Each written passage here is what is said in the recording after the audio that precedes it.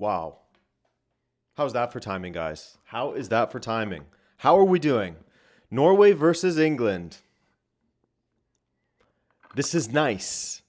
This is a nice one. And what makes it interesting is the starting 11s for the respective teams. A couple of interesting notes for each of them, really. Zach is shitting himself. That's too bad, man. That's too bad. Must have eaten something off yesterday. It's unfortunate, man. Hate to hear that. Gonna be a good game, says Chemical Brother, and I hope you are correct. Triple G says Triple G. Is that a Greg Berhalter reference? Your name? Need Norway to win for the parlay. Jinx Norway, Jinx Norway, Jinx Norway. Hey, Zach, appreciate that donation. I don't know how strong a donation jinx is. I can't speak to the strength of it, but I can say that I do strongly appreciate it. So thank you very much for that, Zachariah. Are you going to eat Norwegian salmon if they win? A little bit of lox? Probably. Actually, you know what? The salmon that I do get, I think, is sourced from Norway. And I am having salmon tonight. So I guess either way, I am having Norwegian salmon. So let's go. I guess I am having Norwegian salmon. But it doesn't, like, if they don't win, I'm not just going to be like, well, I guess I'm not gonna, eat tonight. So there we go. Ooh, is that Rabona TV subtly backing Norway by choosing to have Norwegian salmon after the match for his dinner? Maybe. Everyone got to go for a row if Norway wins. Do I ever bet on these games? No. No, I did some betting back in the day, like in university. And then I just I did well for a bit. And then like the classic thing, I ended up losing that money. And this is not a big amount. It was like less than $100 Canadian. And I was like, I don't know if this is for me. I don't care if other people bet or gamble or whatever. It's just not for me. These are things that I just don't think about. Even fantasy football, I don't even think to always input my teams. So for me to think, oh, I got to put my bets in, blah, blah, blah. No, there's no shot that I'm going to remember to do that.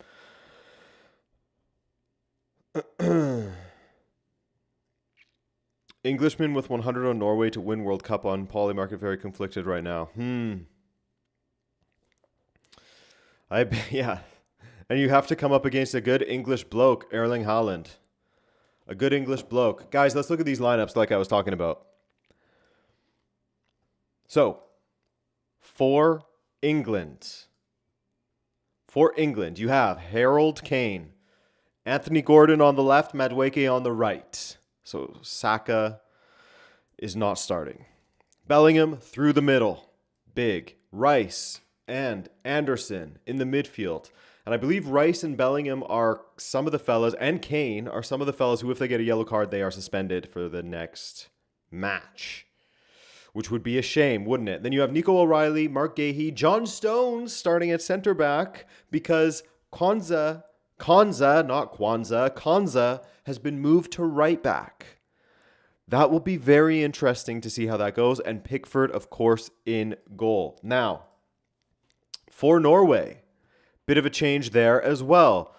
Except, not really at the back. You have Nyland, you have Ryerson, Ayer, Hegem, and Muller-Wolf. Then in the midfield, you have Berg, and Martin Odegaard. No change there. Sorloth on the right, Erling Haaland through the middle, and Andreas Schjelderup on the left. 3 assists. He has 3 assists in this World Cup. I was speculating, has he played his way in? Is he no longer the super sub? Has he made Antonio Nusa the super sub? It seems as if he has. My boy Schjelderup. Please don't leave Benfica. Please. Please stay. God, I really hope he stays. So there you have it. So Schjelderup and Berg often joins it in that sort of side of the pitch. But Muller-Wolf as well will be coming up against Konsa and John Stones on that side of the pitch, which is something to keep an eye on. that is something to keep an eye on because Sheldrup has been a handful at the best of times for even starting right backs. So we'll see. We'll see how she goes. We'll see how she goes. I just bet my house and car in my last game. Hey, you won anyway, he says. Yep, slept in your bed just fine. Robin has not been impressed with Madueke. Yeah, he hasn't had the greatest tournament.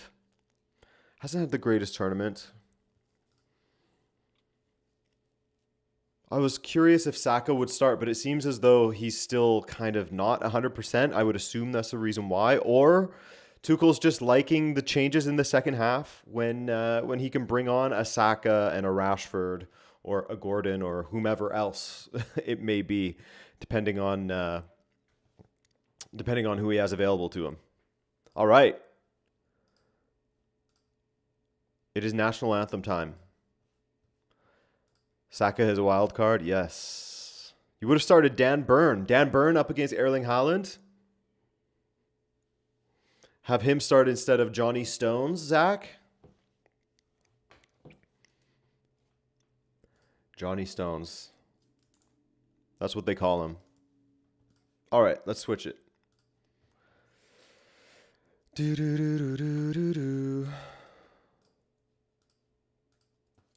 And let's start a poll here. You know what it is. Who will win? Oh, Rierson dyed his hair. It's a nice whitish pink color.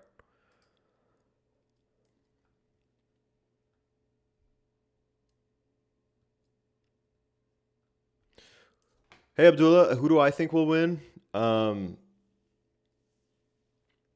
I think England will come through. Abdullah, you don't need to say things 5 times. It's just once is good.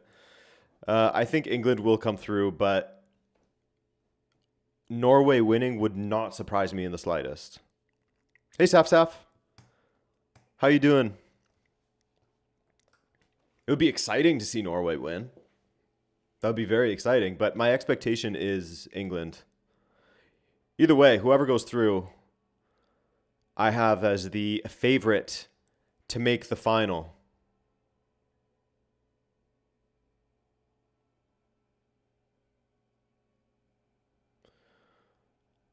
Was it hard to adjust to changing to God Save the King? I know that I would continue to mess that up. Bex and Victoria, the real king and queen, in the stadium.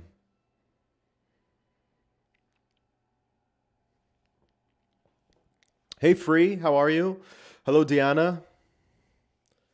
Deanna says, Haaland is just happy to be there. I think playing that free is what made Norway made so far. They are really enjoying it and not suffering as everyone else. I don't think you're wrong. Do I think that Norway can beat Argentina? Yeah, I think so, Pratik. I think that both of these teams could beat Argentina.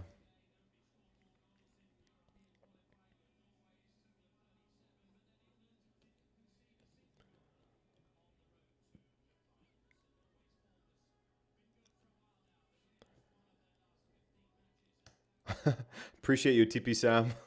Sweet dreams, man. Who has a better chance of beating Argentina? I think England is the stronger team.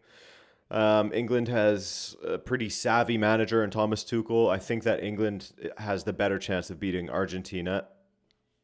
Who's to say Argentina doesn't lose to Switzerland? Hey? Switzerland's a good team. Can't sleep on the Swiss. No sleeping on the Swiss, guys. Okay?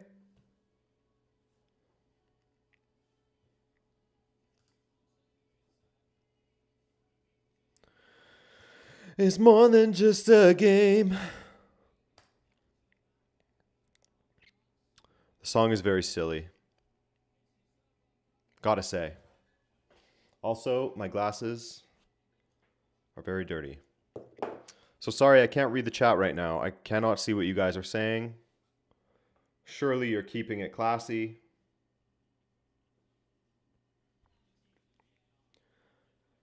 Showing the VAR people.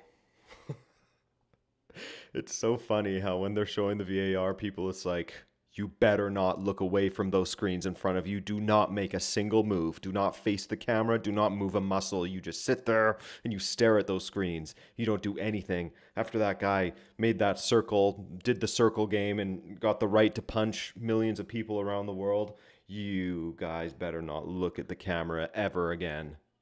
Sit in your place and stare at that computer screen. Look at those monitors. Be quiet.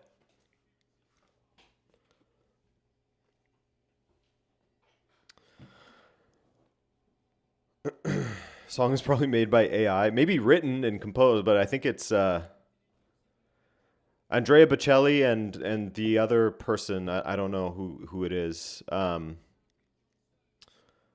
They actually performed it in the opening ceremony.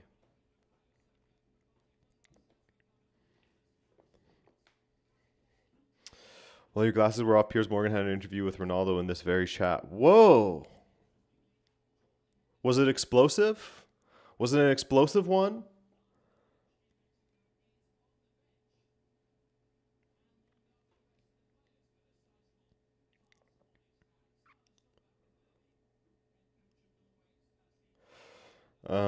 Gator fan, sorry about the loss to France. It's unfortunate. Deanna says a lot of yellows for this English team. Are you saying that they're going to get a lot of yellows? Playing into the let's make this as easy as possible for Argentina type thing?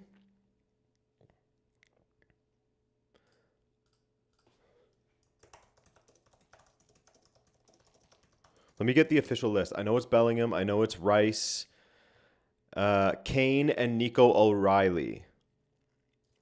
Rice, Bellingham. Wait, what? And Gahey? No.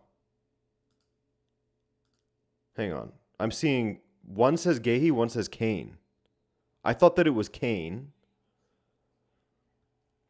Jude Bellingham, Declan Rice, Mark Gahey, Nico O'Reilly. Oh, okay. I guess it's not Kane. My bad. My bad. But still, big players. Big players.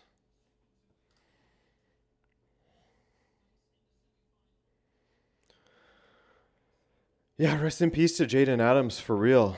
That was a shocker to wake up to this morning. Just played at the World Cup. Pretty tragic.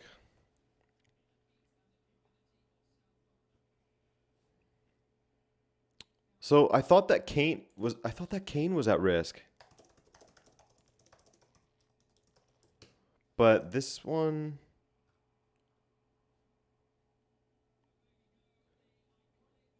oh, he was, oh, right. I remember. This goes back to confusion. He was not, in fact, booked in the previous game. I thought that he was. This match has begun, by the way. I thought that he was. I'll get the clock up in just a moment. Turns out he wasn't.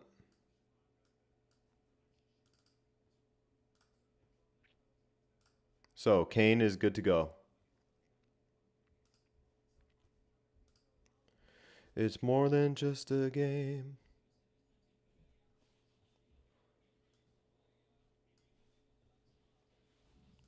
There we go.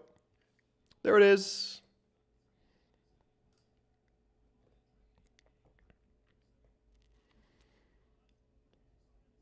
Wait, can you guys hear it? Okay, good. No, you can't. 1 minute in here.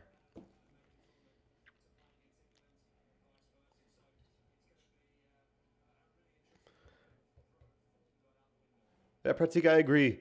And I don't know if you guys have been watching Haaland's videos on YouTube since the World Cup started, but it's cool to sort of have that look behind the curtain a little bit. Not all of them are as behind the curtain as perhaps I'd like, but it's still cool just to see the players in normal circumstances, like shopping for cowboy boots. If that's considered normal circumstances, not really.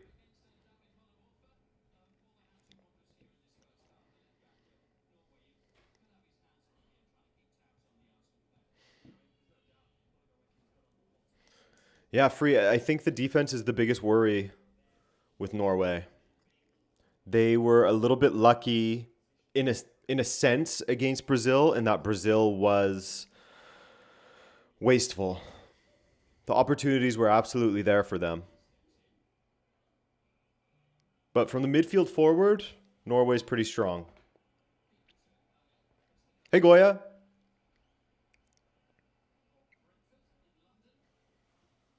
Arya, that's great priorities there. Great priorities. Get the watch along on before the match.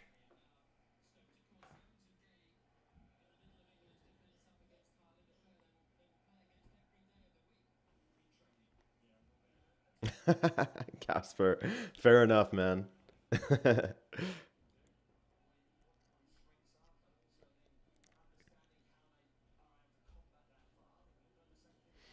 But yeah, that's true, Zach. Their defense is also their weakest link, and that right side especially, having Konsa at right back and John Stones on that same side as him, will be a fun watch. What's up, Don Chaos? Welcome back.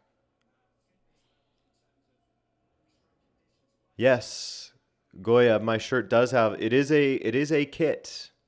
It is a special edition kit from a team that I'm sure someone will know in a moment. Someone will say it in the chat. It was released for a certain team's anniversary.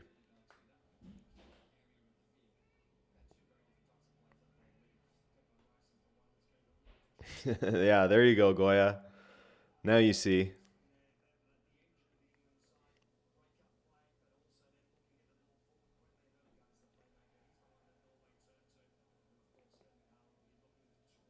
Bursaspor?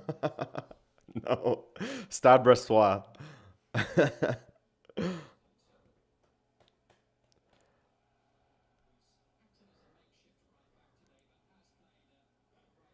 Rice will definitely be dropping to play right back with Konsa a lot, I think, to really help him out there.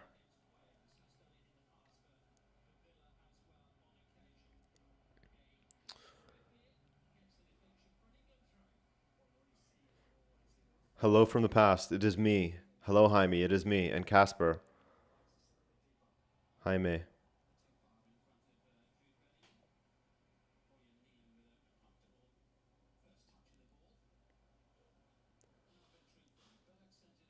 Sheldrup. Zach, did you watch that Benfica match today? It's the first game, you know? It's just a friendly.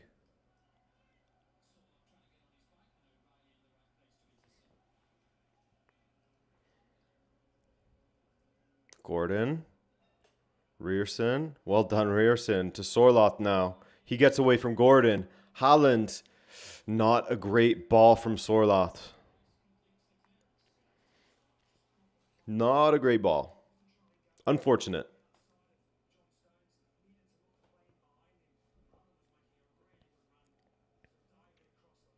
Oopsie.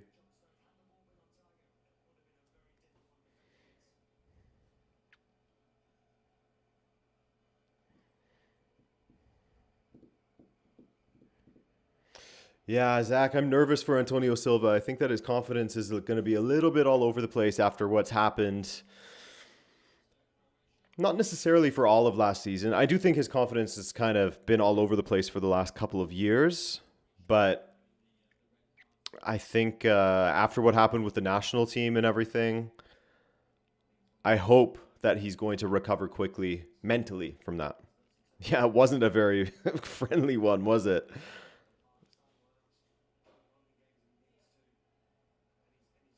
Ball for Nico O'Reilly. Anthony Gordon. Kane, Gordon, Kane, Nico O'Reilly. That's good. That's good keep ball from England there.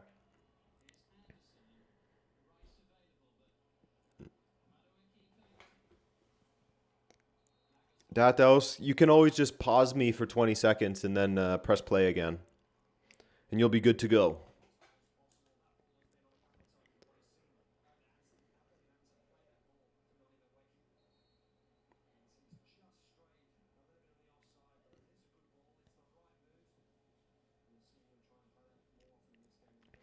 Arya, no, I'm not sure who these commentators are, to be honest with you.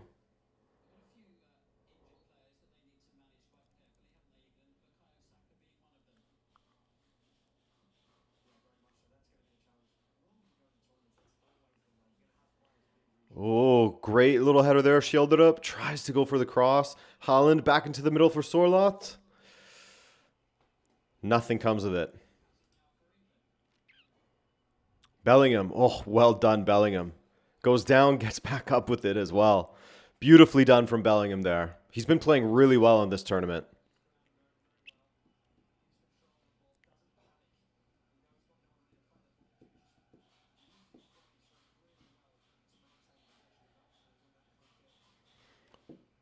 One of my favorite referees, Leandro Trossard.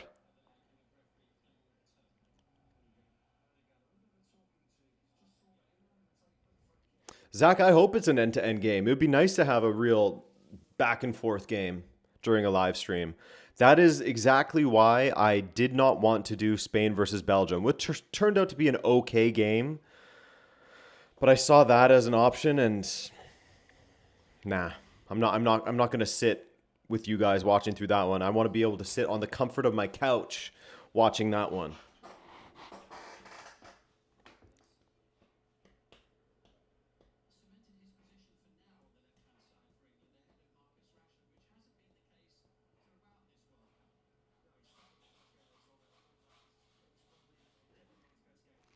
Rob, are you an Arsenal supporter? Or a Chelsea supporter, maybe? Not rating Madueke? Yeah, Jaime, I got to say that as well. As far as Bellingham goes, it's people talk about the arrogance, etc. Who cares? He's such a good player, and he seems like such a good dude, like off of the pitch as well.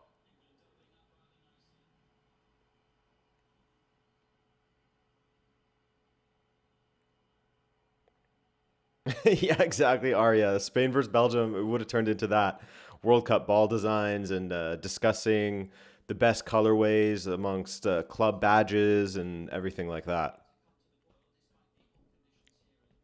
The worst club badge redesigns.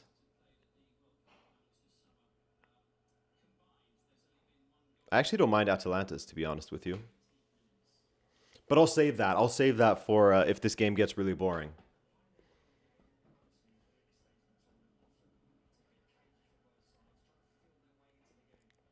Big switch to Madueke. And he controls it with his hand. Not a great start. Not a great start for him so far. Difficult one.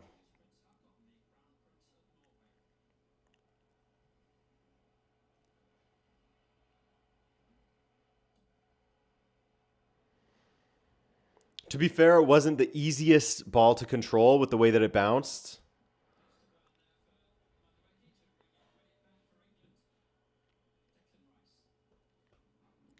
But still, an offside. And then another opportunity for him, and it bounces up and hits his arm. Now, Nico O'Reilly. He cuts inside. Well done. Ooh, good tackle there by Ayer. Now, chance to counter for Norway. Sorloth goes all the way back to Ayer.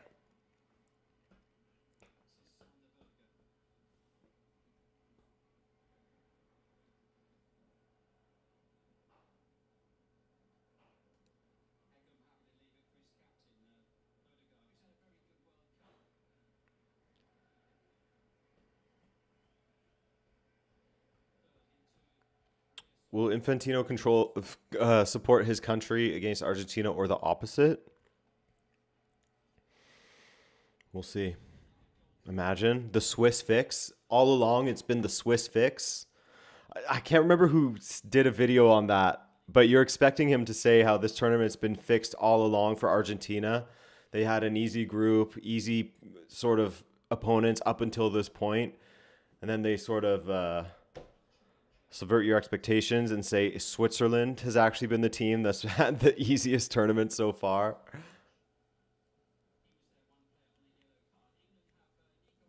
It's fixed for Switzerland. That's what's really happening here.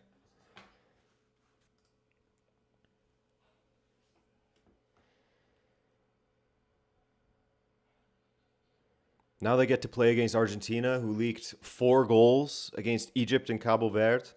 Come on.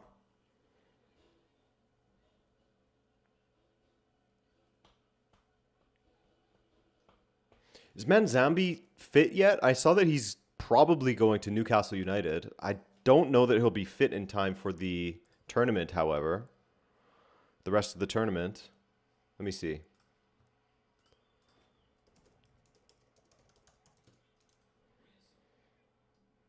He won't be available. Damn. He will not face Argentina.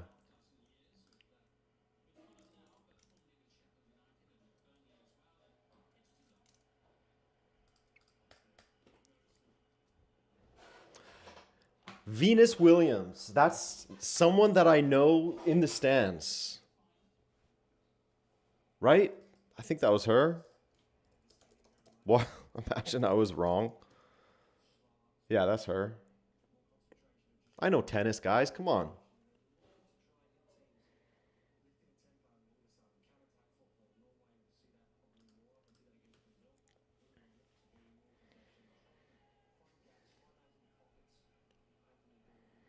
Yeah, exactly, Casper. Nobody's questioning this Switzerland run. We got to question this Switzerland run. Okay? They have Canada, Bosnia in their group, Qatar in their group. Then they play, who they play first? Algeria? Yeah, Algeria. Then they play Colombia. Come on.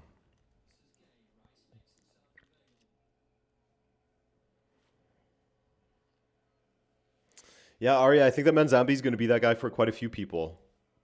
Perhaps Saibari as well, though maybe people saw Saibari playing for PSV in the continental competitions.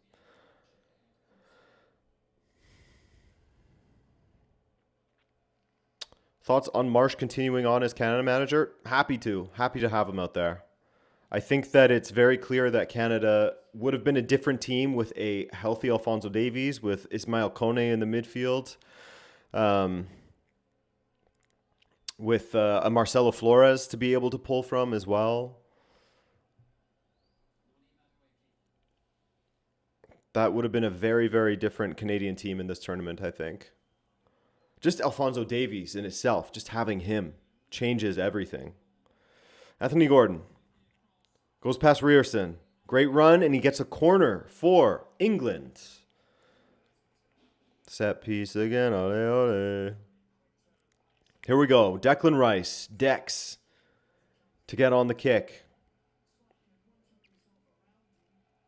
So yeah, Pirates Rock, I would be happy for Jesse Marsh to continue. Pirates Rock, you going to play a little Assassin's Creed Black Flag Resynced as a pirate yourself? Here we go. Corner kick. Declan Rice whips it, and it's low and easily dealt with.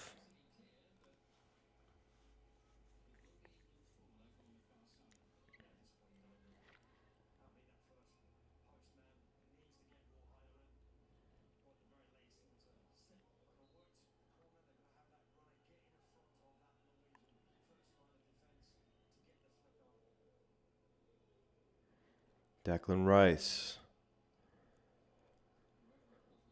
Norway dropping into a 4-5-1.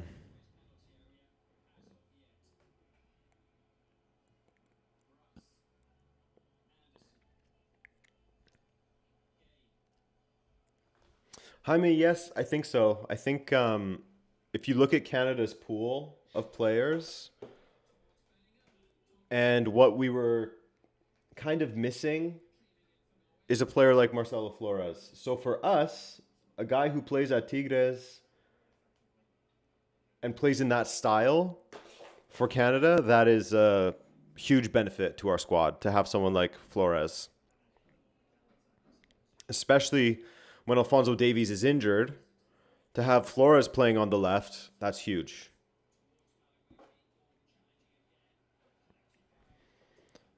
Rice.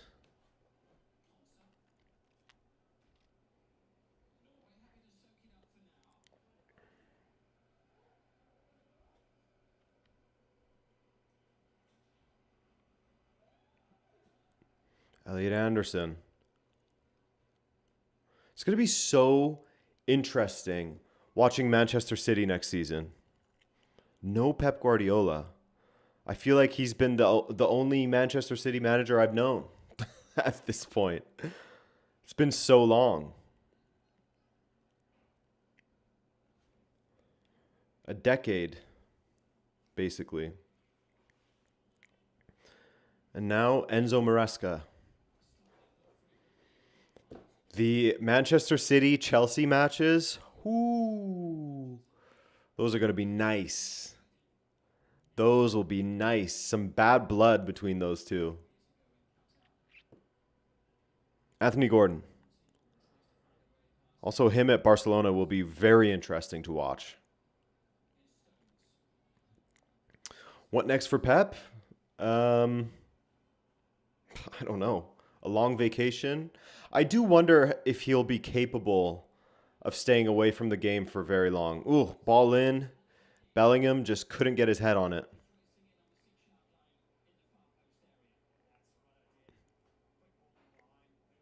Yeah, I mean, I can imagine. I can imagine. There was a lot of hype around Marcelo Flores for a bit there. I remember for a while it was like, oh, Canada and Mexico are in a battle to get him to commit to them.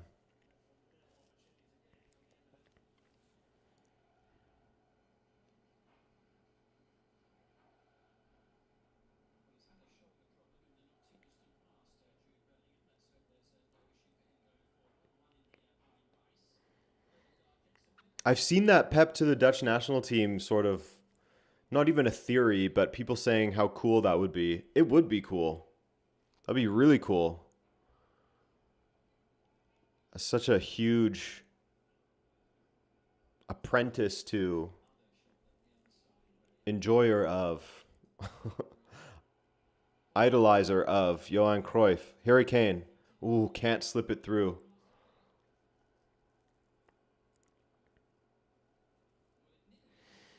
Yeah, Deanna, you're right. There hasn't been many chances for England. Not much going on.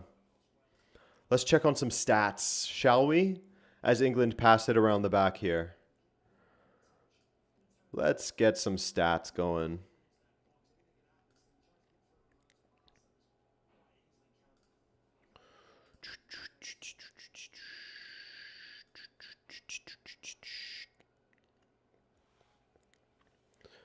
72% possession for England. Norway doesn't need much, though. A good counter, they're just going to be patient, patient, patient, and then a good counter later. And when you have someone like Erling Haaland, whew.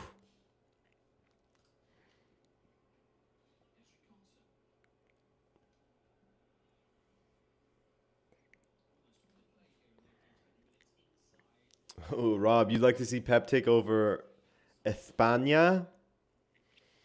I wonder if he would do that as such like a proud Catalan man. Probably.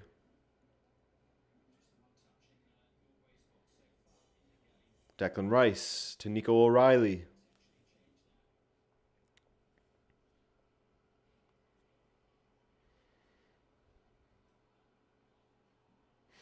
But yeah, I'd love to see Pep Guardiola with a national team. That'd be cool.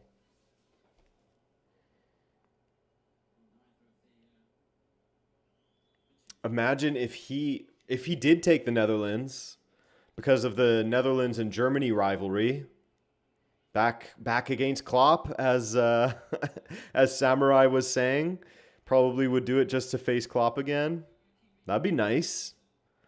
All right, I'm in. I'm in on Pep to the Netherlands. Let's go.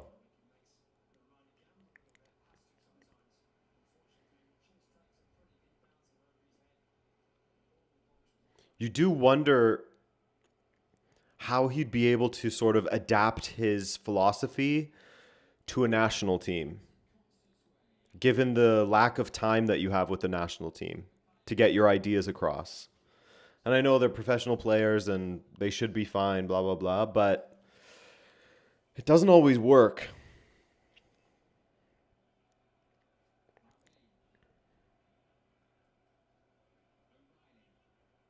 Nico O'Reilly. Great give and go with Gordon. O'Reilly to the back post. A little too long. Madueke. Ooh, not a bad driven cross by Madueke. Nico O'Reilly just couldn't get it under control. It was fizzed at him. Difficult one. Well done from Madueke, though. Yeah, Deanna, given the choice between Roberto Martinez and Pep Guardiola, it would have been nice to have Guardiola for Portugal instead. You're right. You're not wrong there. And we got our first Infantino break, everyone.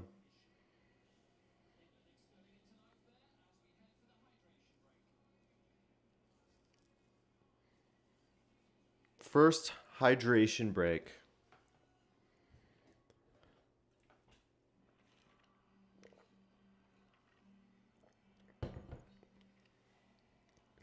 God, this tournament has been long when you think back on it. Like it's gone quickly in some ways. Like I can't believe we are 8 days out from being finished. 8 days, 7 days. Is it 7 days? I keep getting it confused. Is the final on the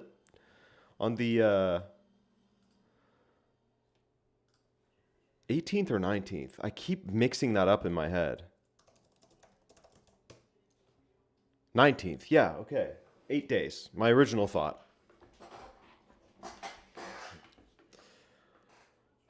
Because on the one hand, it feels like, oh my God, it's right there. It's right around the corner.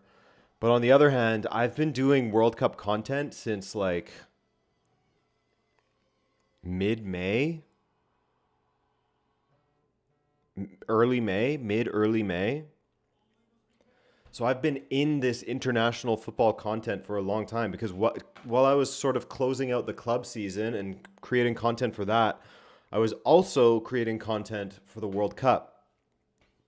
And we started posting the World Cup content on the 29th of May, the day before the Champions League final. I remember it very clearly. It was the Contenders Argentina video. And the 4 Contenders videos I did, people are saying, why don't you do Germany? Why don't you do Portugal? Why don't you do all these other teams? I did the teams that FIFA wanted in the semifinals. Spain, France, Argentina, and England. And that very well could happen. 2 out of the 4 are already there because of the way that FIFA set up this tournament.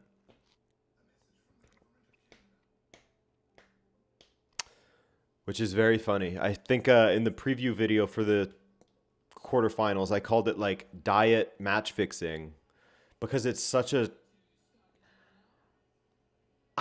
I can't believe... I mean, I guess that happens in sports, in other sports as well. I guess it's sort of like seeding based on their world ranking. I guess it is kind of like seeding based on their world ranking. But I do not like...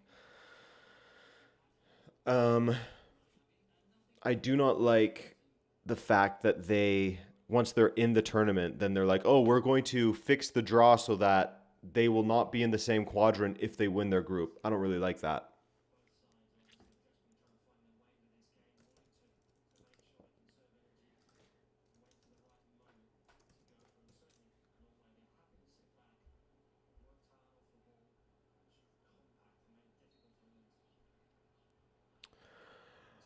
But I just can't look. It's killing me. That's the hydration break song.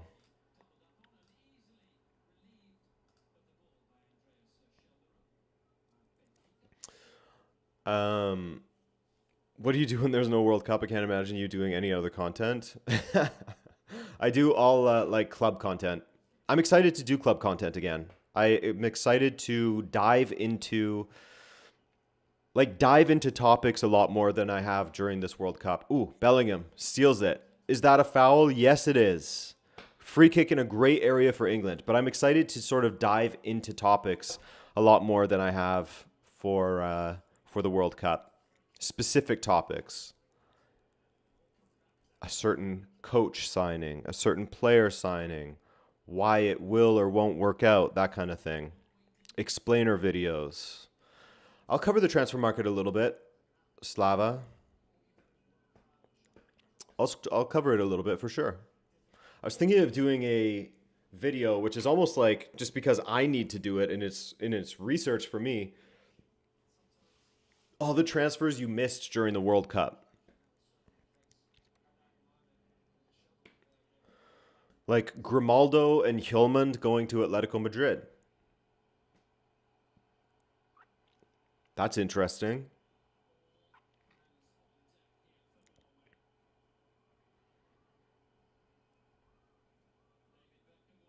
And those are the only two I'm thinking of right now. Here we go. Free kick. Harry Kane to take it. 29th minute. What can you do, Harry Kane? Over the bar.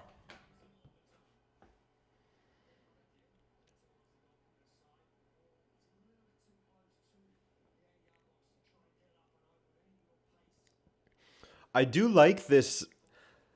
I do like what we're seeing more often now, where free kick takers are blasting it at the keeper's side.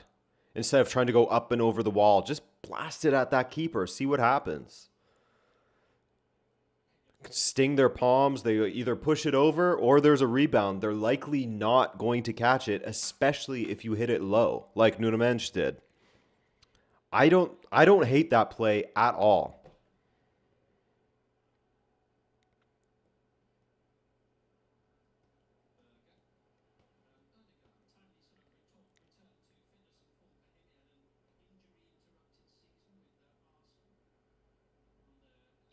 Yeah, lots of topics to explore for sure, Slava. I'm excited for the club season. I am excited to have a little break from the World Cup. I won't like stop posting videos or anything. I'll probably just go down to like one video a week though. Slow down, spend time with family and friends before the big season begins again. In like a month. That's wild. Sorloth. Okay, Norway, let's see you play a little bit. Keep this ball. Odegaard. Oh, just skates past Anderson. Sorloth in wide positions is interesting. Sanderberga. Ooh, Berg tried to flick it to Haaland.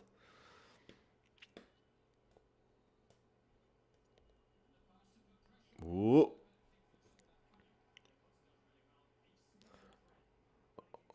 The Norway row is going on in the crowd.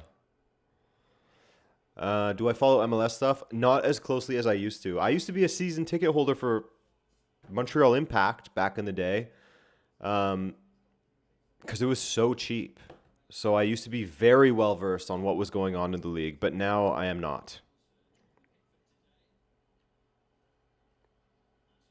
Woo! Anthony Gordon nearly slipping down the wing. Harry Kane.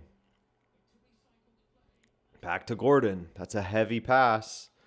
But he wins a free kick.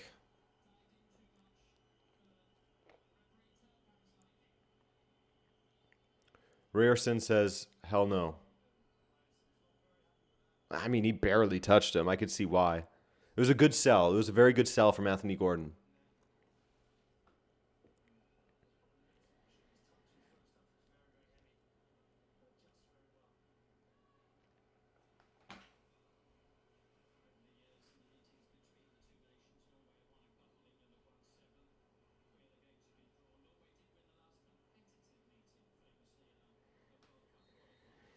Casper, are you more of just a World Cup fan than a like football in general fan?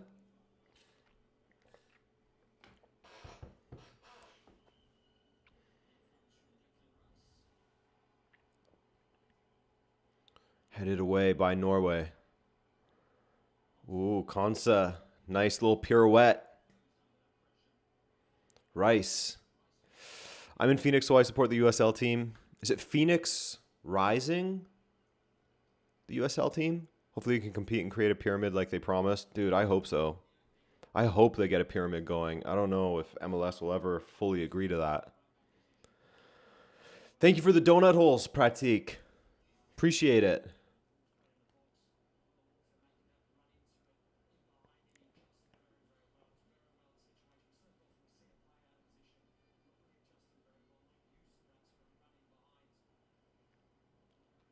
And thank you for the 10 gold or 10 jewels gold coin, whatever, the thing you sent. Thank you for the gold coin. Thank you. Yeah, Don Chaos explaining to people who don't follow. Oh my goodness, John Stones. Oh, he is a little bit. That's what you could expect to potentially happen with him, as he's a little bit rusty. He's a little bit rusty, and that was almost a goal, a tap in for Erling Haaland, essentially. Whew, that was scary. But yeah, Don Chaos, speaking of having to explain international versus club football to family members who don't follow the sport at all is very confusing. But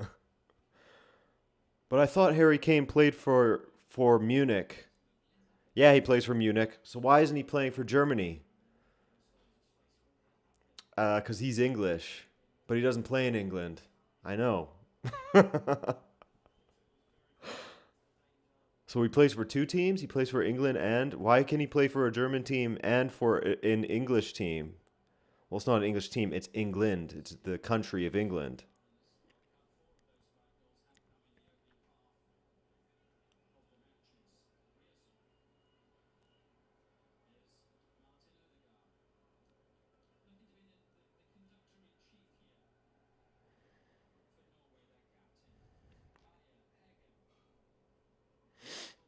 Yeah, exactly, Don.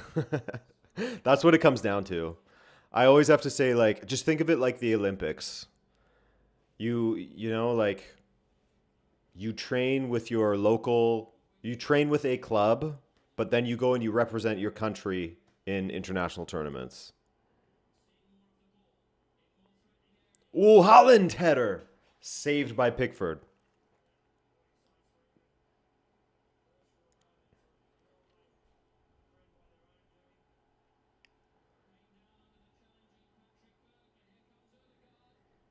Odegaard. Shelled it up against Konsa. Shelled it. Ooh, oh my god. Oh my god, shelled it up. Oh, he definitely did not mean to. He definitely did not mean to do that. But holy crap. Is it a goal or no? What is happening? Oh, shoot. No way. Unless they call it back for the foul. We'll see. We'll see. Could be the old phase of play situation. That is not a foul. That is not a foul. He got the ball. Kane flopping. Kane flopping. Not a foul. Shelled it up. Ah! No shot he meant to do that, right?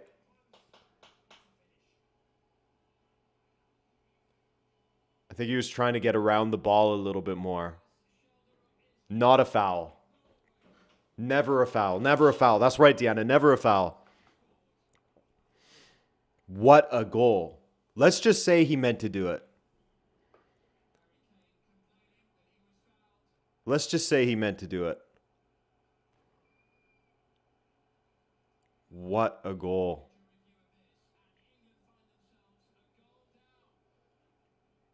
Wow. It is a goal. It is indeed a goal. 1-0 Norway. Ooh. 1-0 Norway. You're right, Samurai. I feel like they were bolstered by that.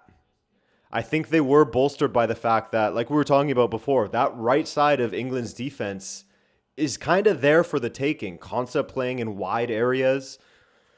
And then Stones on the inside, who didn't play a ton this past season. He's kind of, I don't want to say past it, but he's not the player he once was. That's right, Jaime. Benfica player. Hopefully for this next season as well.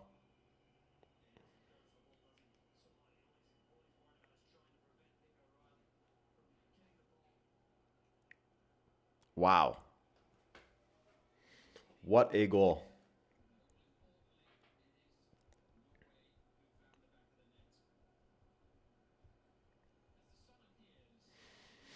I heard a transfer rumor that Mohamed Salah is going to Sporting Kansas.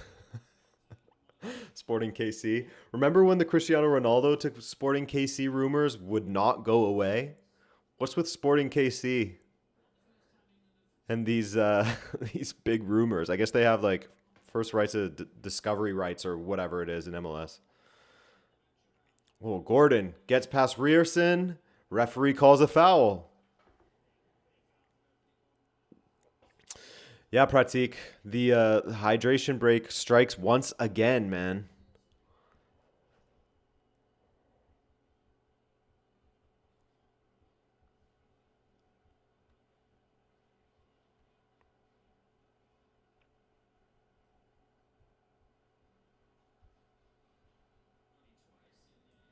I also saw when Salah was in Vancouver. Oh, another opportunity. Sorloth! Ooh, just over. When Salah was in Vancouver, playing against Australia? Is that who they played in the round of 32, I believe? He said that he loved the city and maybe he'll live there one day or something. Oh, England getting pressured at the back again and coughing up possession. Martin Odegaard, he goes for the strike. Low, and Pickford spills it, but he recovers. Well, England against the ropes here. England.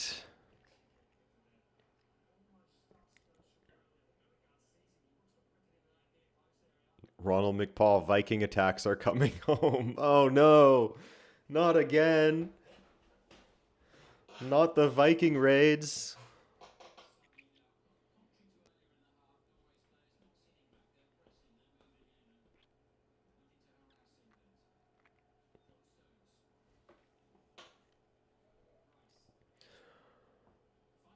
Johnny Stones. Nico O'Reilly. Does England have a shot on target yet?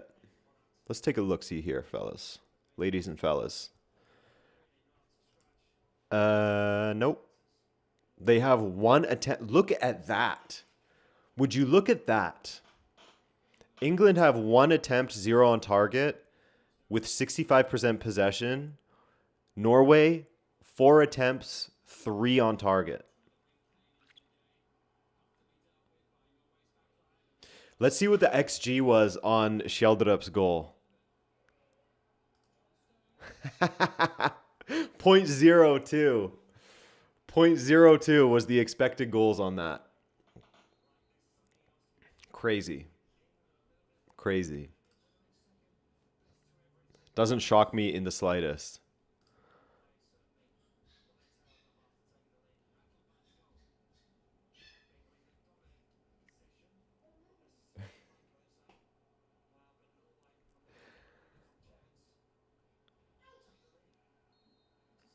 Wasn't the attempt just the free kick too? I think you're right, mini dude.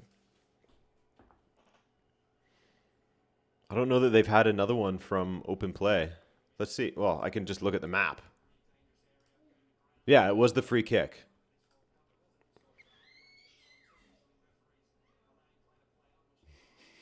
Hey. Hey.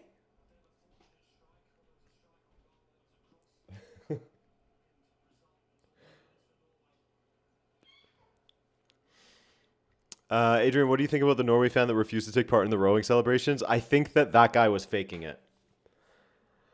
I think that was like elite level trolling. Didn't he have like oars in the background of his interview and everything? I think that he was just saying that. But well, I mean, maybe not. I don't know. Feels like he was just being contrarian.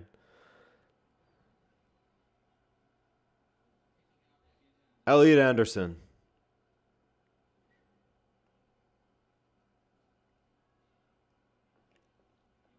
Yeah, what are the substitutions? So, Samurai, you are British or you support England? What would you like to see as far as changes? I'm sure you're going to say Madueke. I would assume you're going to say Madueke. Oh, Casper, yes, I do have a cat. Steven, an absolute legend.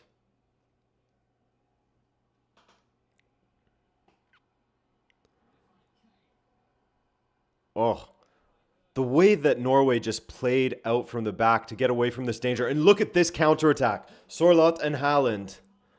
Haaland, Sorloth is way too slow. What are you doing, dog? Oh my goodness, Sorloth. Absolutely murdered, neutered that attack.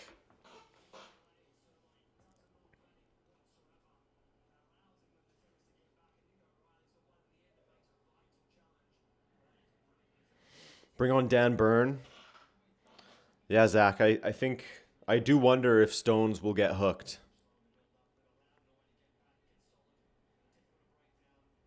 Anthony Gordon cutting inside. Yeah, rip pasta. That was nuts from Sorloth. That was a huge opportunity wasted.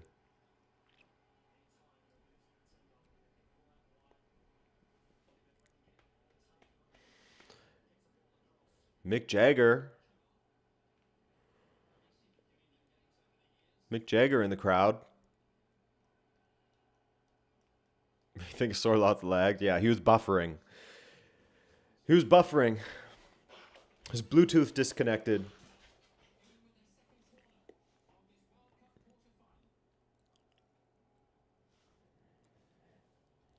Guys, the most exciting thing is coming at halftime. You know what it is.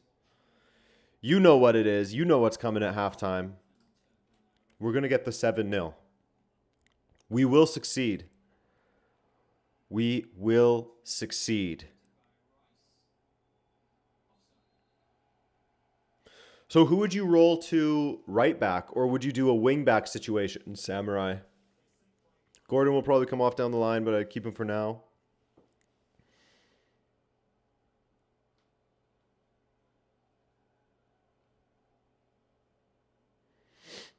Yeah, that's it, Deanna.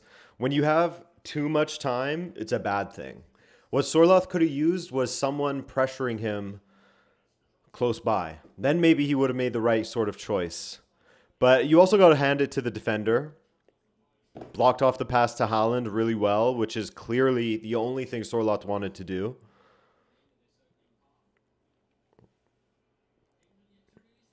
England play a long ball forward to Anthony Gordon. Yeah, Reece James not being fit is a big problem, Samurai. That's a huge loss, especially when you don't have an Alexander Arnold in the team. Not that Alexander Arnold is the perfect right back by any means, but a decent backup, I'd say, to Reece James. Or Trippier. Where's Trippier at? Hey? Legend. Bellingham. Great from Gordon to Bellingham. Bellingham goal. Goal. Jude Bellingham. What a goal.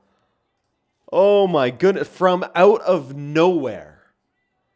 Out of nowhere. A great ball inside from Anthony Gordon.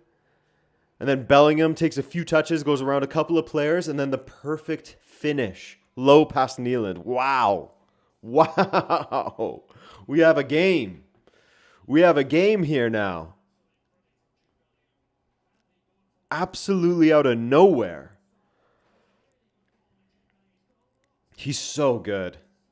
He's so damn good. That was a great pass from Gordon, though. Whew.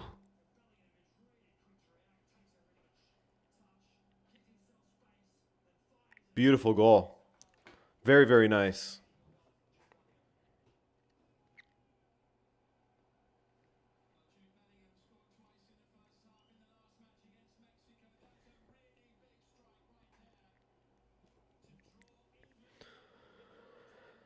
Knights Hospitalier. Build that man a statue right now. Saves us doing it in a few decades. Just get it over with.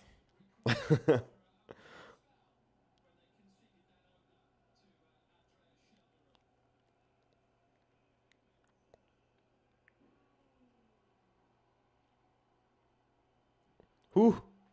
Madueke. Bellingham.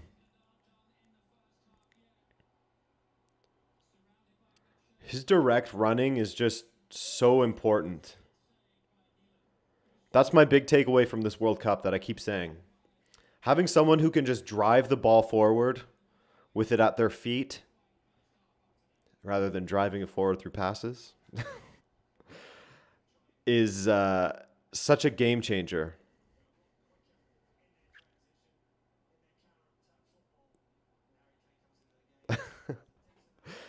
Mr. Abimanyuk, you saw that, eh? Started Solbach and tossing the bottle. Water ball. Water bottle.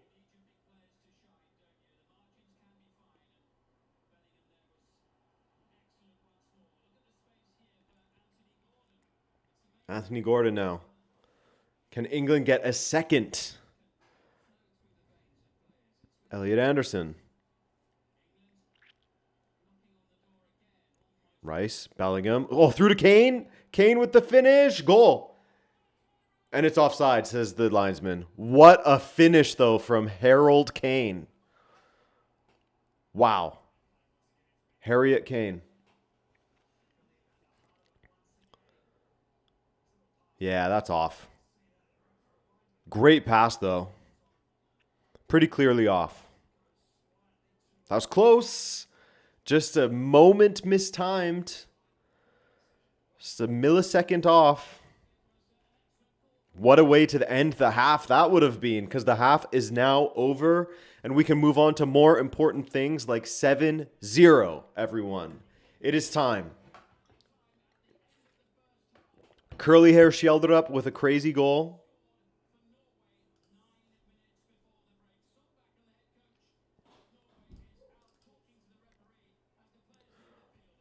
Let's do this. Off.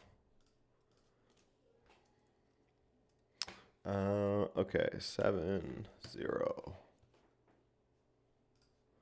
Here we go, guys. So, first of all, before we get to that, pretty good half, I gotta say. There were slow moments. For sure. But a very good half. Norway, as they started to grow in confidence a little bit, because it seemed like they were just thinking for the first while, that first quarter of the match, if you will, that they just wanted to keep it tight and we will be very, very patient and we will counter only when it makes sense.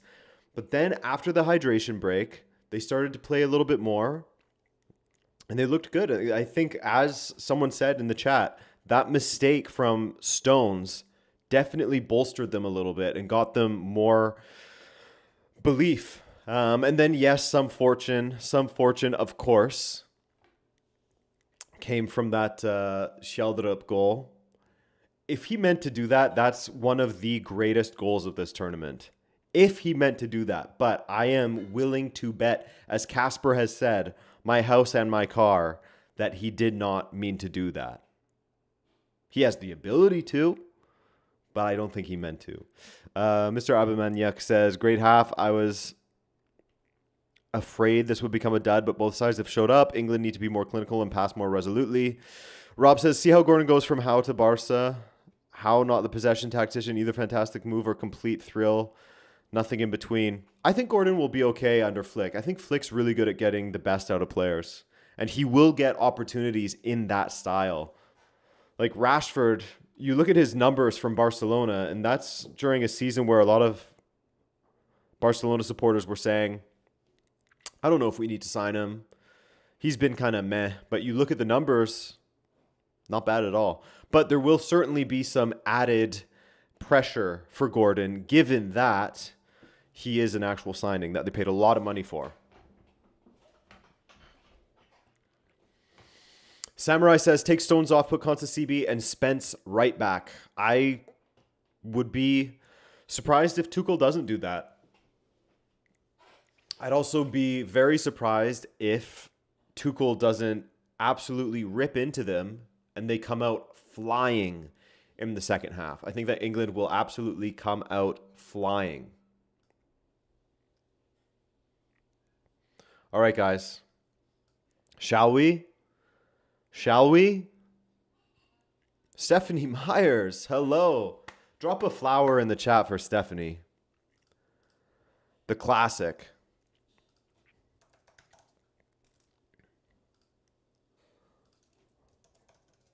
Well, sure, there's a flower. I don't know what that is. That's a flower. It's a flower. All right, let's go. 7-0. Stephanie, I hope you're doing well. The GOAT of the Rabona TV chat world.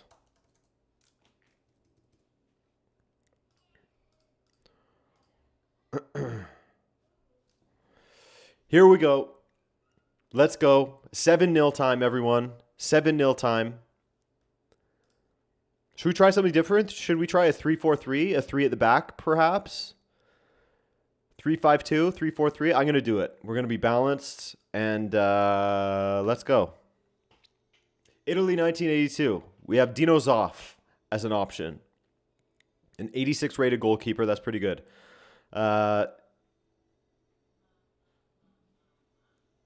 We won't be able to get fullbacks, though. That's going to be interesting.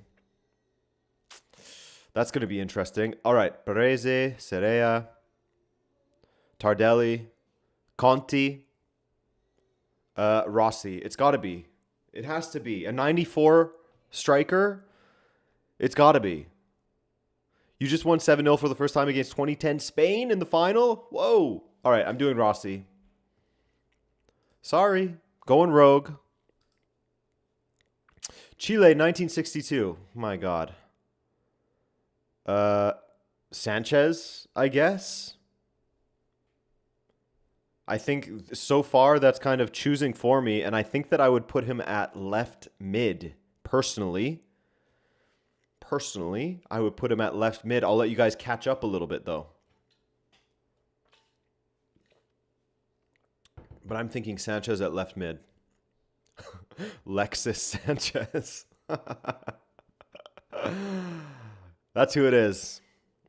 Lexus Sanchez. I say we leave the left wing open for us. I say that we go with Lexus at left mid. All right, let's go.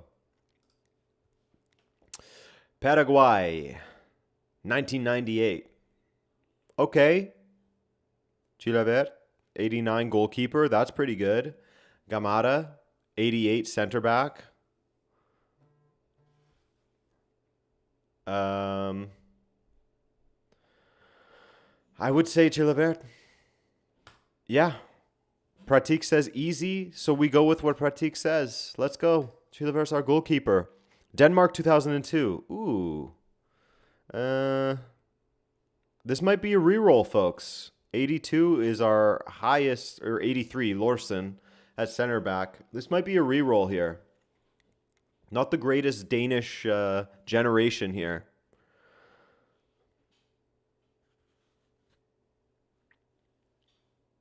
Not the greatest. Lorson, 83, that's not... We can do better at center back than that. I think this is a reroll. This is not spectacular. Let me slide this up for you guys. Reroll. Yeah, another team. Let's go. Senegal 2002. Oh, please. Please, someone. Joof. 82, Joof. You guys, I will say, remember what Joel Campbell did for us last time. Remember what Joel Campbell did for us. He was sort of the under-celebrated guy out there. You know, no one really was excited by him when you have a team that has Messi and Pele and Xavi, etc. in it, and then you have Joel Campbell on the left. He got goals. This man got goals. Do we do it or do we roll again? Let's go Juve, says Chemical Brother. Okay. Because we could roll again.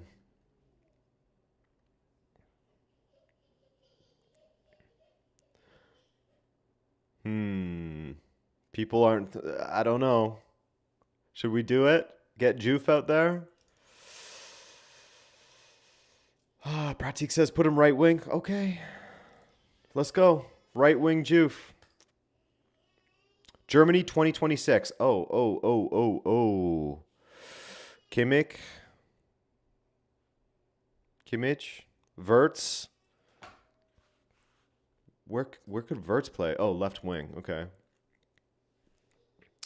So, Wirtz or Kimmich are the top rated. Or we could do a Schlotterbeck or a Rudiger at center back. Did you for the lore? Hell yeah, man. I hope that he gets some goals.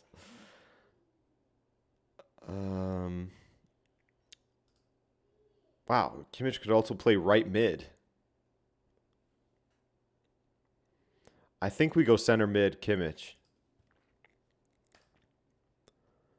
Germany 1990, another Germany. Oh, this should be good. Lothar Matthäus. I think it's got to be. Or we go Voller at left wing. But Matthäus, I mean, come on. 96 rated. Come on. It's got to be him. Do we put him right mid or center mid?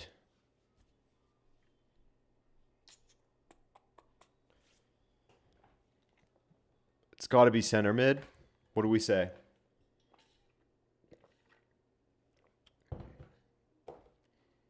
You guys choose. I'll let you guys choose this one. I'll wait for you. I'll wait for you. CM, we got 2 CMs right away. Okay, there it is. He's in the midfield. Brazil 1986. Not the greatest sort of options given the team that we filled out. We could put Careca at left wing. Falcão at right mid. And we also have another role.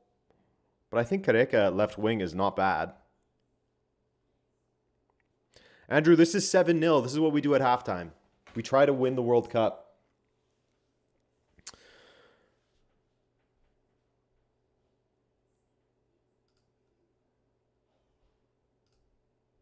Yeah, Zico would have been really nice. Zico would have been really, really nice. But our central midfielders are apparently rated better than him. I think we save our rerolls for the center back position so we can get some top ones. So let's go. Right mid is rarer. You might be right there. That's not the worst shout, actually, Chemical Brother. Since right mid, there's a lot of wingers, but is there a lot of right mids?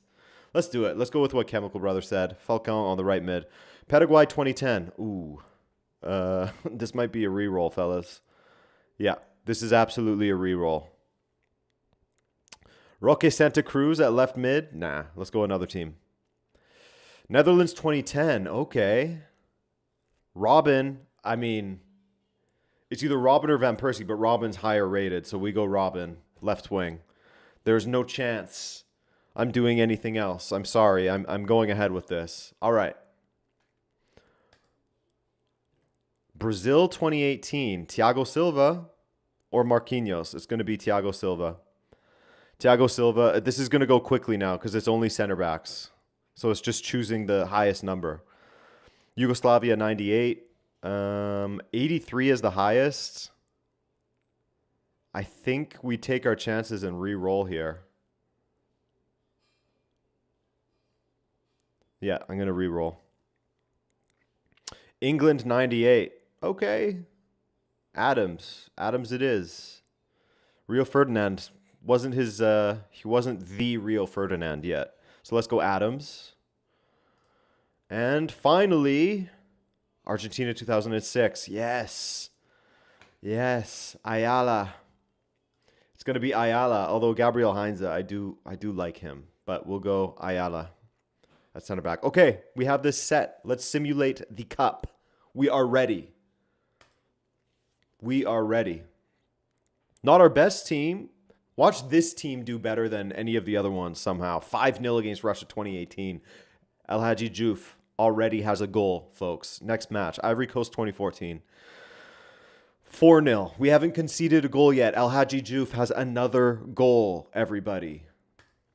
Sweden 2018. Ooh. 5-1. They're familiar. Sweden's familiar with a 5-1 loss. Aren't they? Aren't they? All right. So we topped the group with 9 points. That's commonplace. We've conceded 1 goal and scored 14. Not bad. The website is called 7-0. I'll put it in the chat after. No Diouf goal on that final one. No, unfortunately. All right. Nigeria 1998. 2-1, 5-1. These scores are looking good. El Hadji Diouf with another goal, everybody. Another one. Brazil 2014. Ooh. No, not a shootout. I lose every single shootout. I have never won a shootout. Goals. Look who scored. Look who scored. Sick. I think I have lost every single time in a shootout. Brutal. That is absolutely brutal. 20 goals for, 3 against. Our attack was lighting it up. El Hadji Diouf, fantastic. Fantastic. Oh, that's too bad. Guys, we tried. Needed more Germans in the team? Yeah, for real. What a shame. All right. Back to it. Back to the real world now. Has this game come back yet? No, it's perfect timing, though. Here we go. That's the game that I was just playing, guys. Give it a go. Thoughts on the first half, Jin? I thought that it was a exciting half. Oh, Eze is coming on, it looks like. Now that is curious. Eze coming on.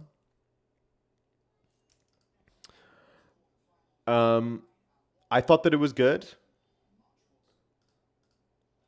I thought that Norway was fortunate in a sense with how they scored. A little bit of a fortunate goal, but the belief that they garnered from that mistake at the back really saw them kind of come out of their shells a little bit and not sit back as often. They were a little bit more willing to get numbers forward. But once England woke up, I think that England showed at the end of that half that there's a reason why they're the favorite, or at least I had them as a favorite. And I'm curious to see what Norway will do to sort of counter that, to find a way back into this match, because it looked like it was pretty much all hands on deck at the end there. And Jude Bellingham coming alive like that, nearly putting England 2-1 up with that pass to Harry Kane. Scary. Going to need to see a big reaction from Norway.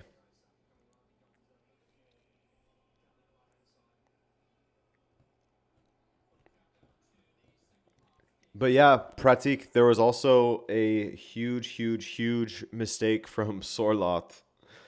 That was horrible.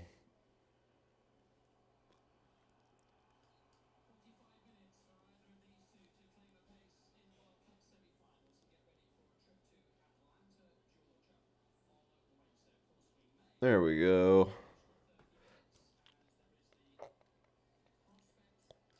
So, the changes that have been made. Madueke replaced by Saka, and Eze replaces Declan Rice. It is all Arsenal changes. Arsenal bias. Arsenal bias. Taking out Arsenal players for Arsenal players. What the hell, Tuchel?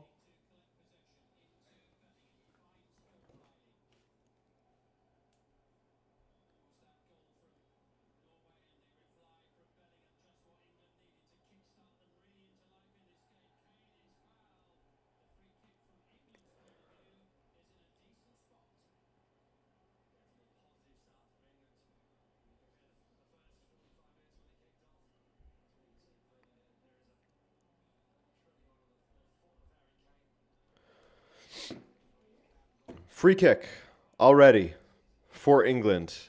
Harry Kane to take. Logo, what's up, man?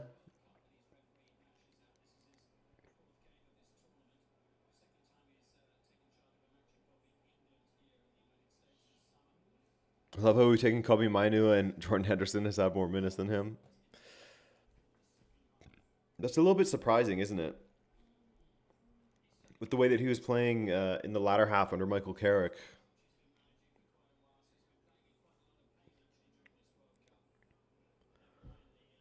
Are they not going to strike at goal? Well, I guess they could. Eze standing on it.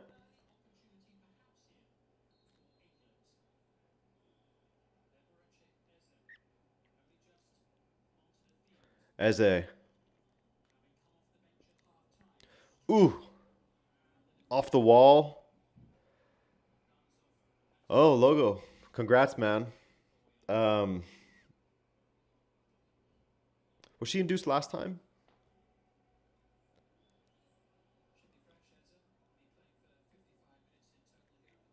If you don't mind me asking.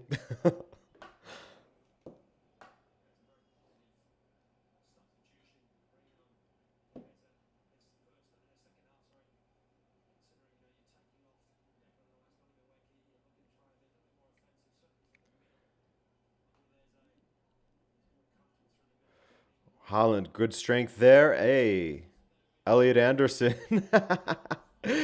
Elliot Anderson and Haaland getting tangled up, and Haaland shoves him after. Future teammates.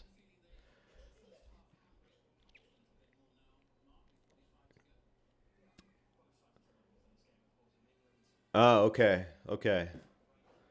I see, Logo.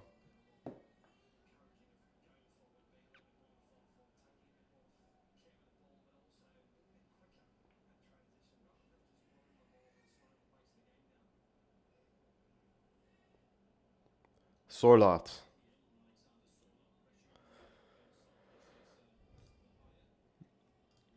Yeah, Pratik Rice coming off does feel interesting, especially. I guess the thinking here is that Bellingham will play a little bit deeper. It's unfortunate because you want to see Bellingham in those more advanced roles, but Eze is obviously going to play in those more advanced roles now, which is also fine. He's a great attacking player.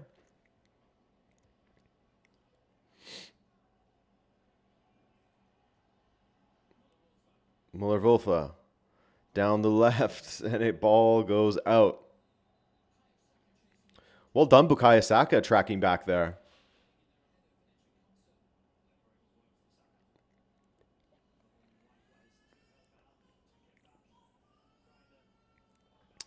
Yeah, that's a fair point, Samurai. That booking, I guess, is something that he has to take into account, hey? The booking for Rice.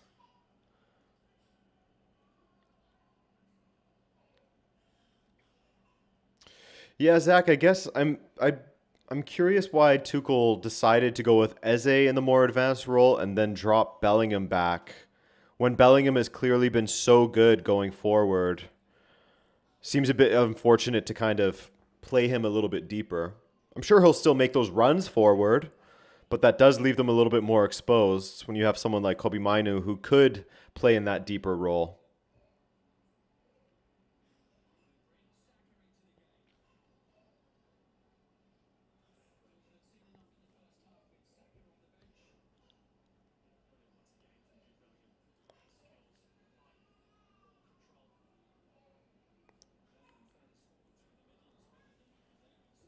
Oh, Steven wants to come in, whoever was asking for him.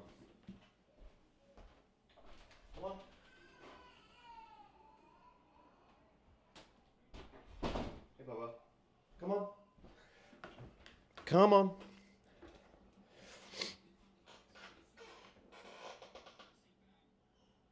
Haaland. Ooh. Ooh. Not great. Eze wins the ball. Hey, Stevie. Saka. Saka. Blocked.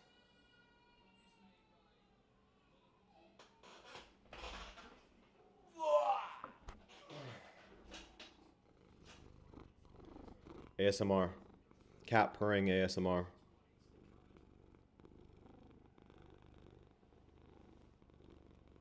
great. It's great stuff. It's great stuff. Oh, here. Sorry, I flattened your bed. There you go. There you go. Cross to the back post. No, a mishit cross from Sorloth. Sorloth, the winger, does not really convince, unfortunately.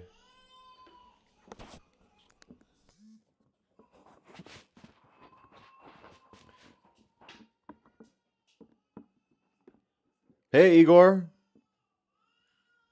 You're at the Festa de Junina again in July?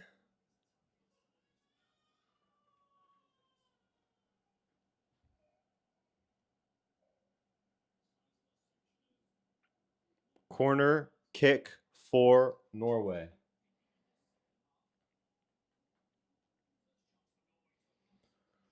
Headed away by Harry Kane.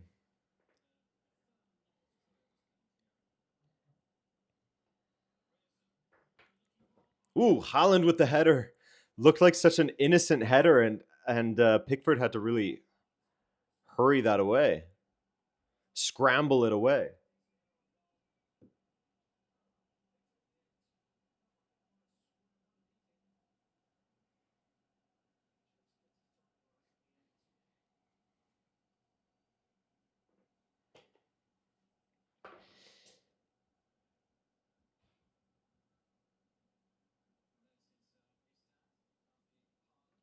Purgatory. We're going to get the puns out again. Here we go. Corner kick, Ryerson. In front of the Norwegian people. Once again, I'll bring it up every time, a referee getting a player to adjust the ball by a centimeter. Ryerson. Good ball in. How did that get all the way through? How did that ball get all the way through?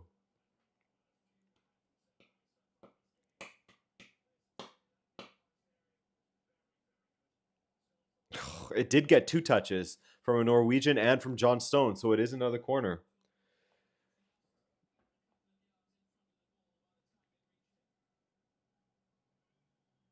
Now, Odegaard to take this one. From the other side.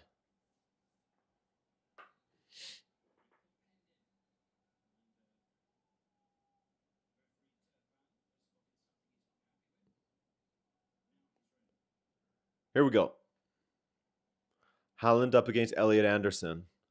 Really battling those two. Anderson goes down. Ooh, saved by Pickford. Will this get pulled back, though?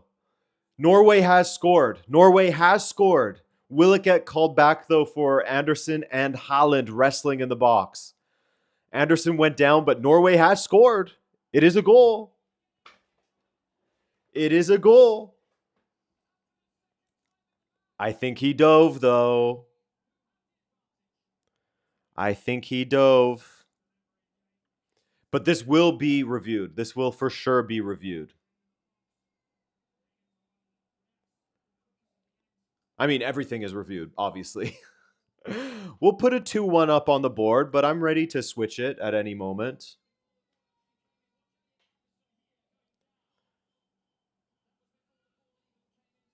Was that... Let me see. Ooh, he might have been off as well? No. Maybe? Bjorn Hagen. What a bizarre goal. Deflected and then hit Pickford in the face, I think.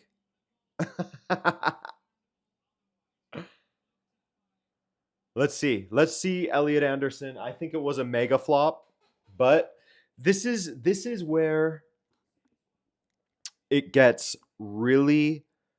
Yeah, he's going to go review it. This is where it gets really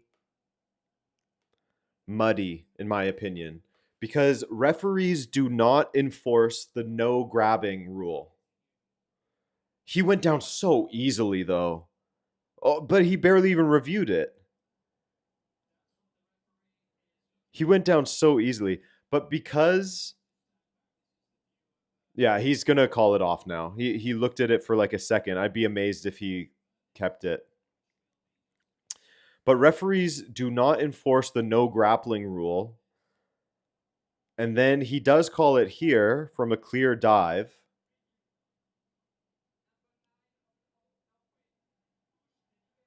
Yeah, it doesn't count. No goal. So now you're going to have this question of what's okay in the box and what isn't. Is a full bear hug, but the player doesn't go down, is that okay? But a little shove, like barely a shove,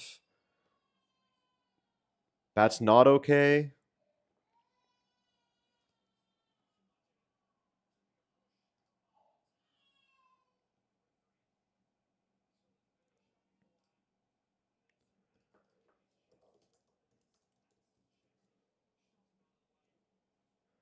That's very well sold by Anderson.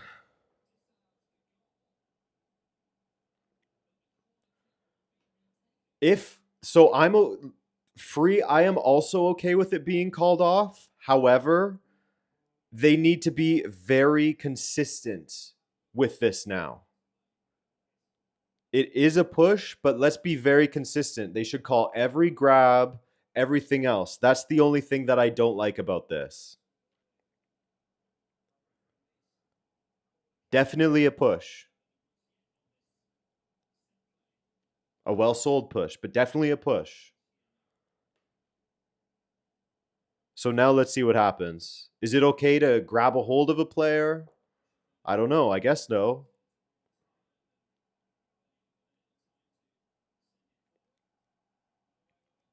Well in. That's very well in from Sheldrup.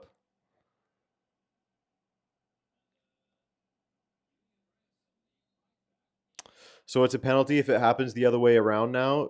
That's a great question, Amar. It's a great question.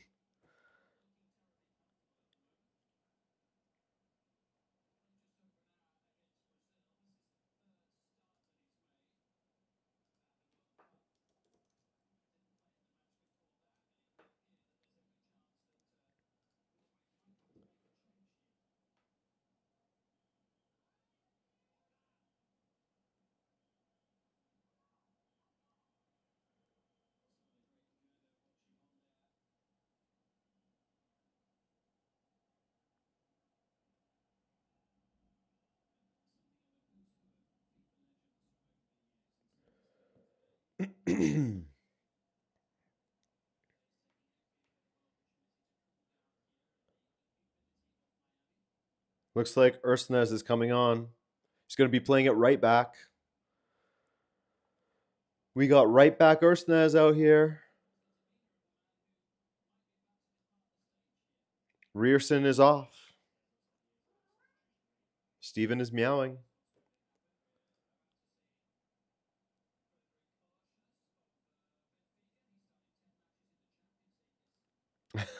Igor, the goal got canceled for a Haaland push on Anderson.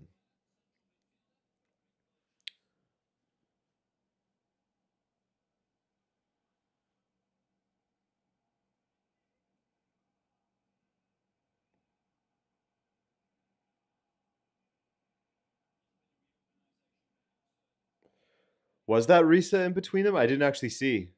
That guy could smack the ball. Odegaard, Sorloth. There's got to be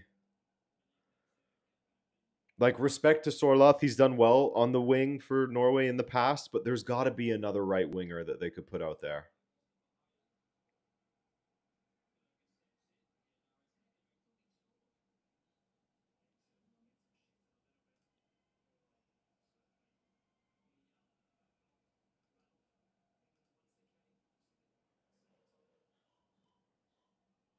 Oscar Bob, Antonio Nusa, someone.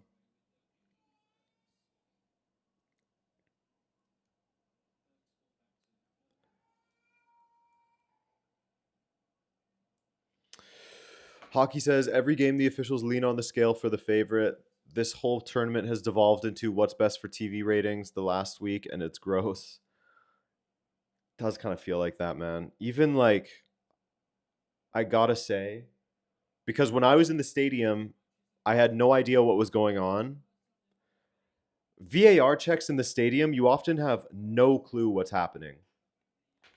But anyway, for Portugal versus Croatia, that touch of the hair on Matanovic or whatever, I think Matanovic, that touch of the hair with the smallest ever recognized touch of the ball that the like chip has ever felt, because they had that technology at Euro 2024. You'll remember there was a Belgian goal that was called back because Openda, the ball touched Openda's hand, and you could see the spike was much bigger, and even that was a touch that was very difficult to see. So this tiny little wave touch feels like feels a little bit nasty for Croatia to have a goal disallowed for that. It feels like a we're looking for something. And I know you can say it's the same as, offside is offside no matter how slight or whatever. A touch is a touch no matter how slight, but it does not, I don't know, it feels like there's little things going in favor of the big teams that they want in the final. And I mean, like I said, they made their intentions clear from before the draw was even made with how they want Spain, Argentina, England, and France to make the final four without having to face each other. So they're going to set up the tournament as such. So I understand that feeling, Hockey B. Definitely. Sorloth, that went out. All right, I think it's time to get Oscar Bob out there.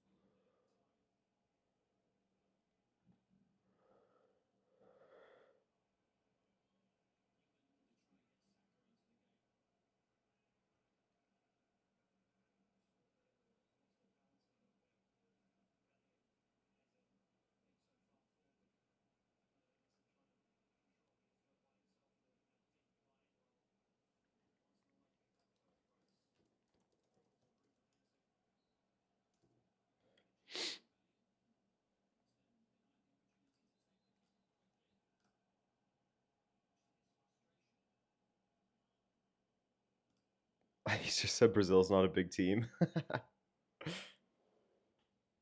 Brazil, unfortunately, was not ranked as one of the top teams by FIFA.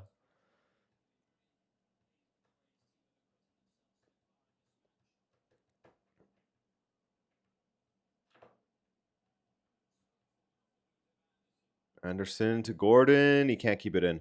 Diana says it's still surprising that Tuchel brought Stones instead of Maguire for the aerial control. Yeah, I guess his thinking was he wanted Stones for his leadership.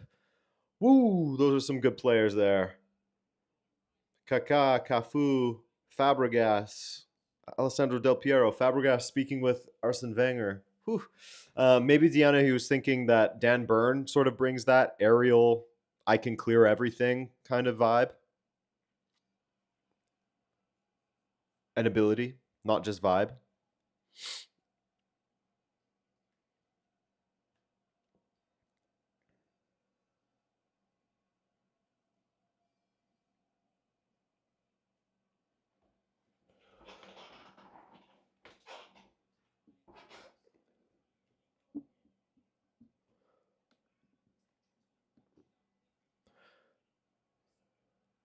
Saka goes down. Clement Turpin says nothing doing.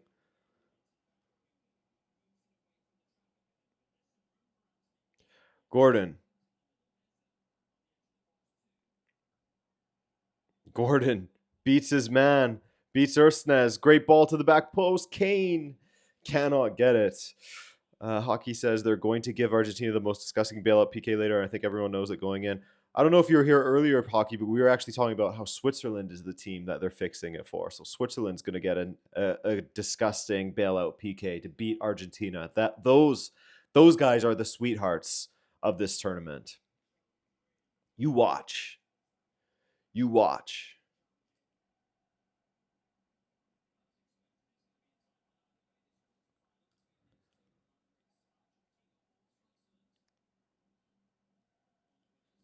Got a hydration break coming up here. Hell yeah. Saka. Antonio Nusa is going to come on. Will it be for Sjeldrup or will it be for Sorloth? And Oscar Bob is coming on, so maybe both wingers are coming off, actually. So it looks like both wingers are coming off. Sorloth is coming off for Oscar Bob.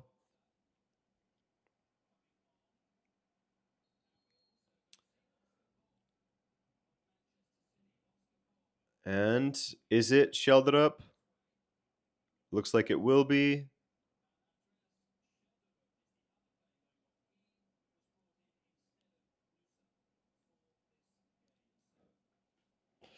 Yeah, it looks like Sjeldrup is coming off.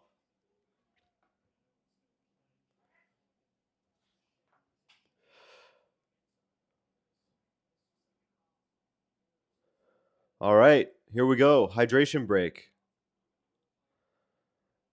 Yeah, Igor, I've seen how Brazil has been absolutely dominated. Like Brazilian football is getting absolutely dominated and funded completely by betting websites,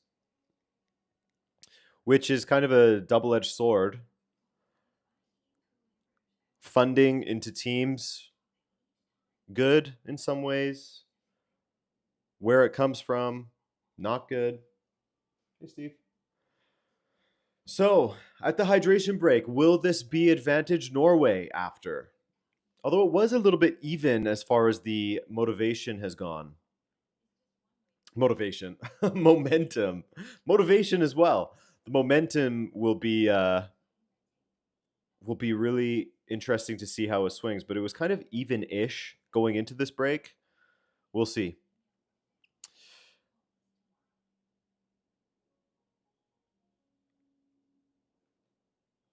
Yeah, no hockey. There's certainly this tournament, and it's funny because there's this guy. I don't know if he's like an absolute whack job or if he's legit or what, but there's this guy. I think his name is.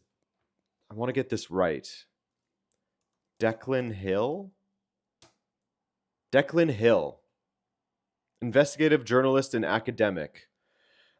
He wrote this huge thing on basically match fixing at the World Cup and how he says that it's real and blah blah blah. I haven't actually read it myself, but I saw his book come out prior and how FIFA is directly involved in the match fixing. So says he, etc., etc., etc. I saw that book prior, and so maybe it's kind of low hanging fruit after the 2022 World Cup where everyone said it's a fix for Argentina and blah, blah, blah. But with the way that some decisions have gone in this tournament, I think that a lot of people are sort of turning to those kinds of alternative investigations and maybe considering how real match fixing really is and how it might go to the very top, man.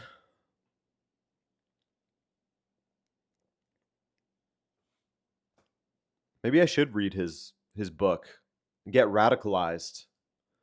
He is, if I look at his X account, this match is back, by the way. If I look at his X account, it says he is a journalist, academic, and expert on match fixing and sports gambling and mafia and World Cup. The Insider's Guide to Match Fixing. Curious. Reece James is on, by the way, as we get back into this game.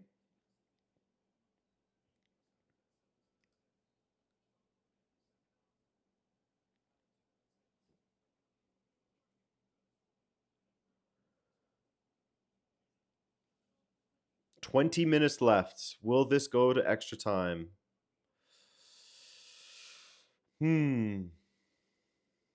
Anthony Gordon off. He was doing so well. Anthony Gordon off, Reece James on. Where is Reece James right now? Oh, there he is. Okay, so he is playing in his normal position. Ooh, sloppy at the back again from England.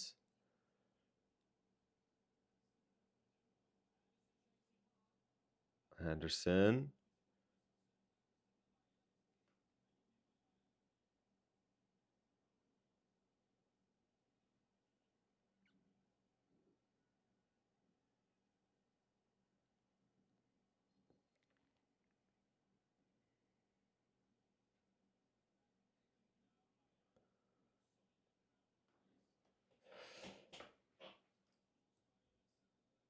Yeah, Pratik, they've been sloppy at the back all match long, haven't they? And like Norway is pressing them well, but it hasn't been like an otherworldly press from Norway that's causing these issues.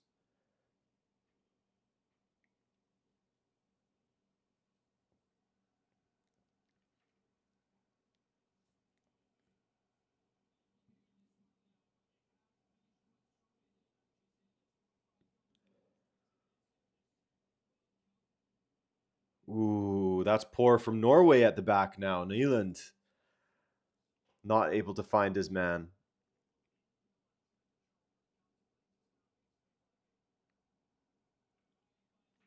Eze now playing on the left.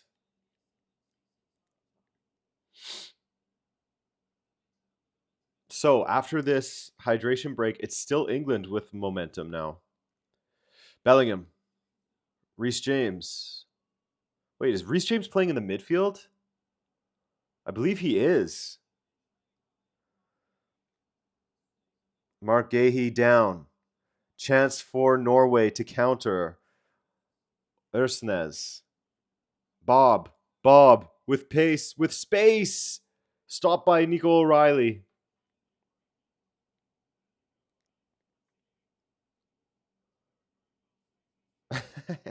Gahey. Are you fine or no? Oh, ripped. Ripped socks. Looks like he got the Messi special on the back of his calf. The Balogun. He got the Messi Balogun on the calf. Now, Antonio Nusa. So, yes, Reece James is playing in the midfield. Nusa, ooh, that was a decent ball to Haaland. Bob, there's lots of room at the back for Norway. England a little bit too spaced out in defense. Nusa. Ooh, nearly split the defense there. Norway looking better. Again, bolstered by a mistake, I think. Suddenly feeling like, okay, fellas, we can do this. These guys aren't that good.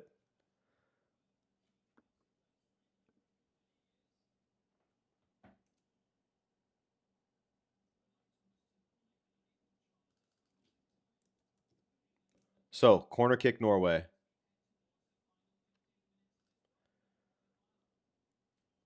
Let's see a goal from anyone. A goal from anyone here.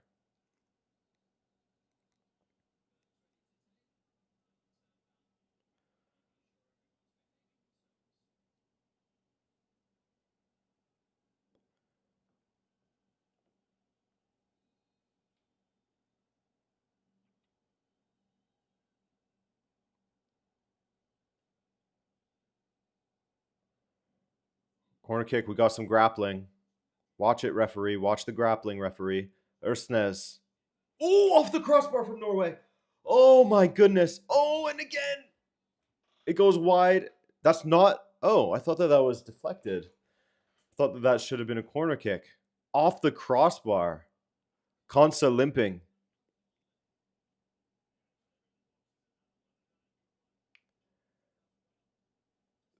Oh my goodness, that was close. Just a scuffed strike. Ayer nearly. Oh, just couldn't get it down. Just couldn't get it down. Sanderberga shoved. And it's a goal kick. Interesting. Jude Bellingham nearly losing it in a bad spot in the middle of the pitch. Eze. Blocked.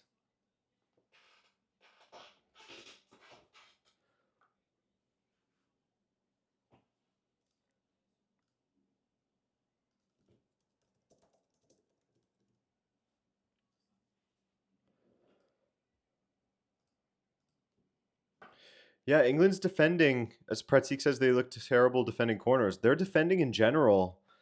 Everything about the defense has looked poor. The way they play from the back, the way they defend has looked very poor. What I was saying about them having a better chance against Argentina, if it is Argentina to go through, of course, I think Argentina would have some fun with this English back line.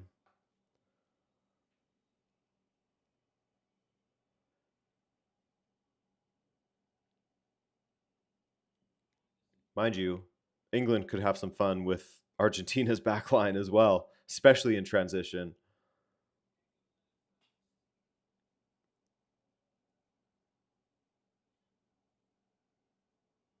The better defending is certainly on the other side of the bracket. Mind you, respect Switzerland, but do not respect how this tournament is fixed for Switzerland. Infantino's little play thing. Oh, Saka, that's a dangerous ball. That is a dangerous ball. Yeah, Zach, I don't want extra time either. I can imagine you over in the UK don't want it. Dude, a kid sleeping at this game, my son would never.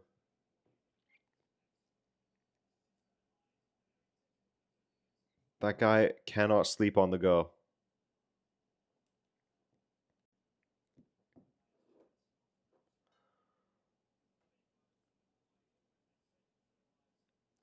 Oh, Norway again. Oh, it's so scrambly. The English defense is so scrambly. Like you have Kane having to run all the way back to help.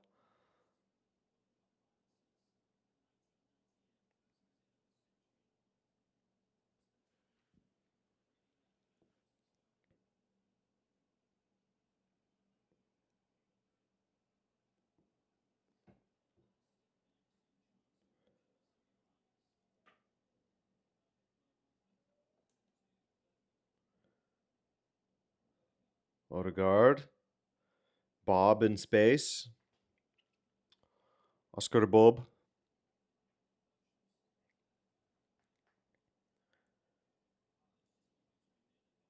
Bob. Bobby. Odegaard. Bobby. Orsnes. Berg. Good possession here from Norway. Finding it difficult to get through, though.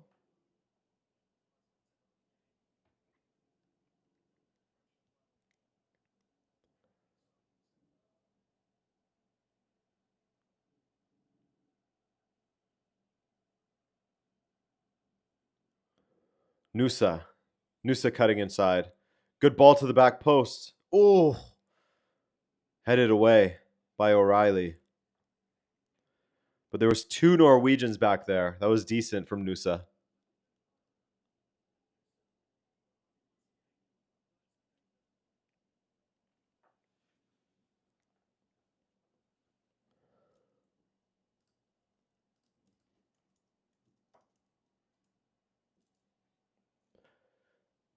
Muller-Wolf. Ooh. He goes down. Nusa up against Saka one-on-one.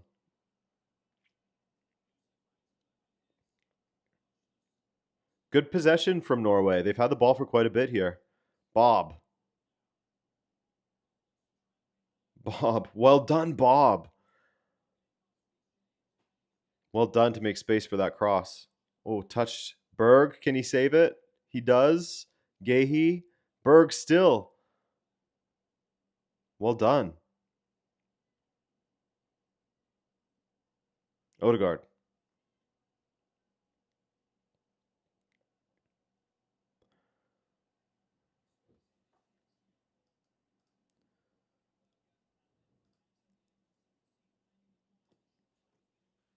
Nusa, and it's another corner kick. This is dangerous, as we have seen. England haven't looked spectacular. Hey, there's Magnus Carlsen, chess guy. England haven't looked spectacular defending these.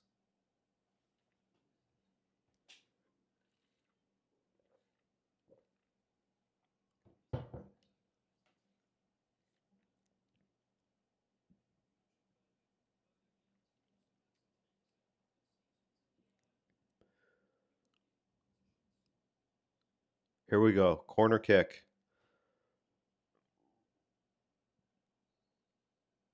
Odegaard just standing near Pickford.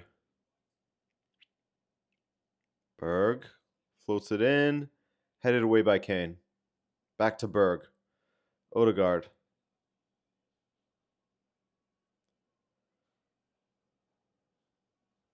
That was interesting from Odegaard. Does not work out.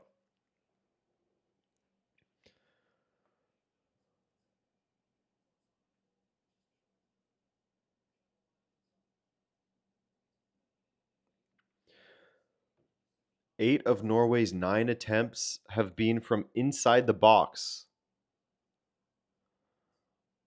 Only half of England's 6 attempts have been from inside the box, says Fought Mob.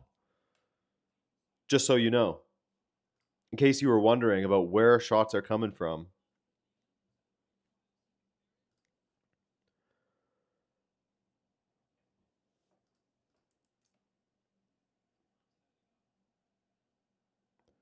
The expected goals for both teams is so low still. Jed Spence is coming on. Is this the Konsa change?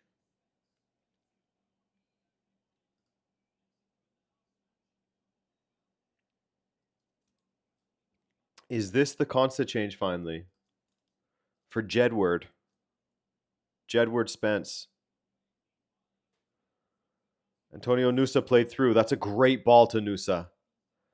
Up against Konsa. Cuts inside. Still Nusa. Can't quite get it. Berg on the ball now. Spam call at this hour. What the hell?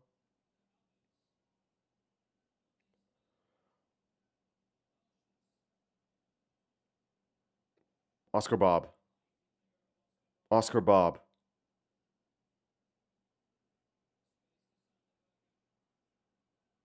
Nusa. Nusa. Can't believe they let him get that shot off after what he did in the past. Was it against Ivory Coast that he scored that fantastic goal, cutting inside? That's why you don't want Konsa in those wide areas.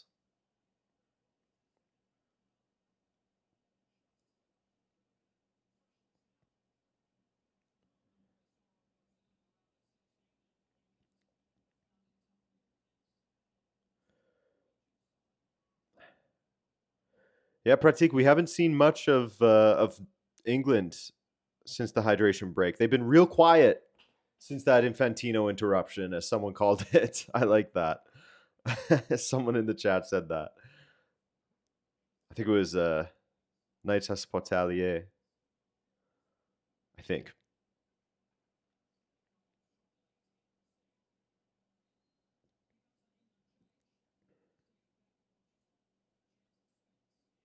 Jed Spence making the change. Jedward's coming on. Nico O'Reilly off. So still not the Konsa change. I thought that they would put him over on the right. I guess not. I guess wrong.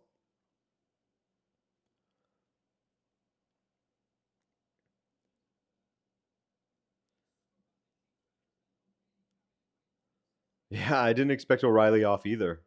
But he is another one of the ones who could get a yellow card and get suspended. Pratik.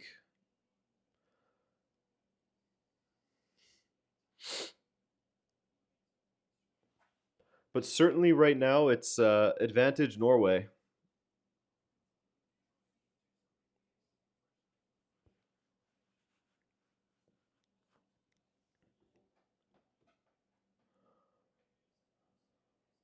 Elliot Anderson. Here's Reece James. Balling in the midfield. Stones. Wide to Saka. Saka. Goes to the byline. Cuts inside. Well done, Saka. Beautifully done by Saka. How did that not go in? Frederick Ursnes. What a hero. That was gorgeous from Bukayo Saka. Gorgeous. Oh my goodness. What a match-saving clearance from Frederick Orsnes. Konsa wins the corner.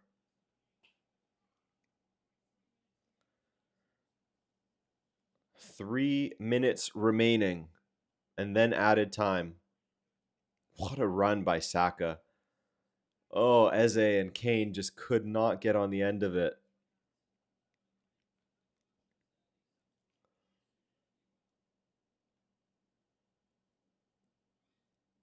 Orsnes, who came out of international retirement for this tournament.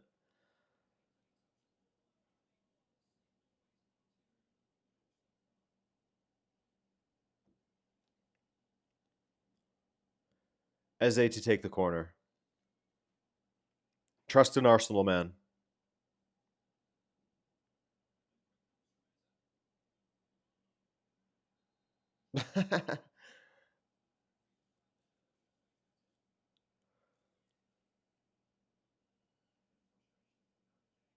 Luis Suarez in the house.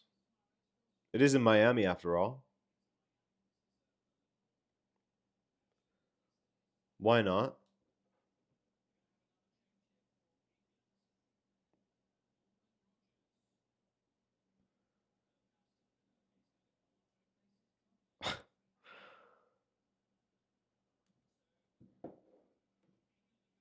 Konsa is coming off now. Rogers is coming on. So they're going for it. Unless James is going to move into right back.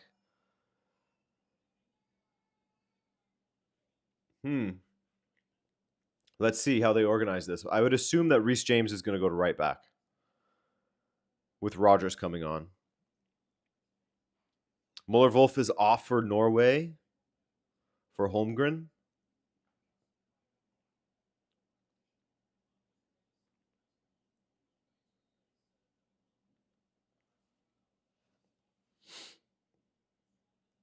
Yeah, so Reece James is now occupying RB. He's in the RB. Morgan Rogers is... I don't see him yet. I haven't picked up where he is yet.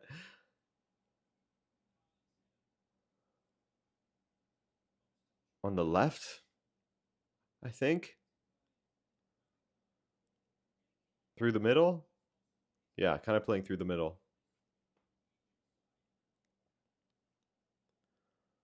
That left inside channel kind of thing. Orsnes getting through, getting the cross, and Pickford punches it away.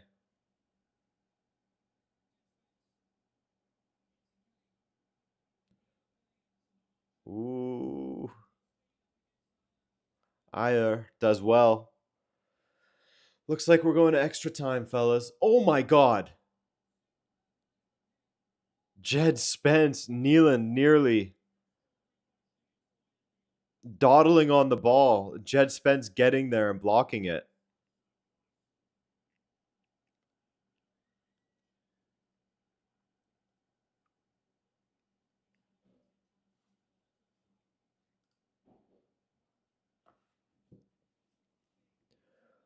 Imagine if that went straight in. Haaland to Bob. It's out of reach. Jed Spence. Ooh, Jed Spence then dawdling on the ball. His turn. Bob nearly stealing it from him.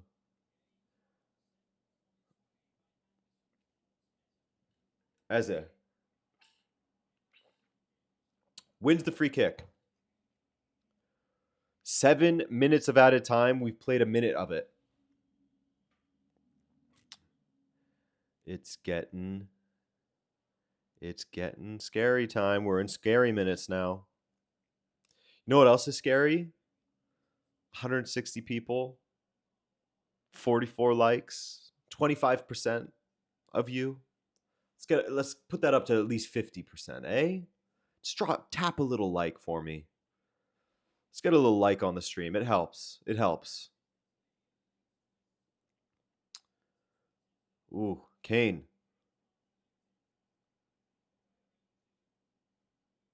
Ooh.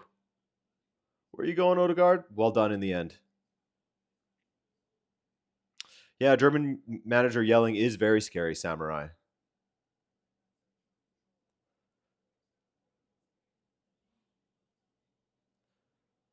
Odegaard. Oh, God. Holmgren, what are you doing? Ooh.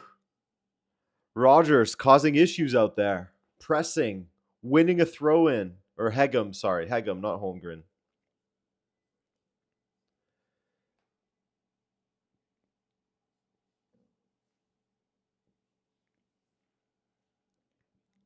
Throw in for England down near the corner. Everyone's doing the Marcelo Bielsa cooler sit. Everyone's sitting on the Powerade coolers these days.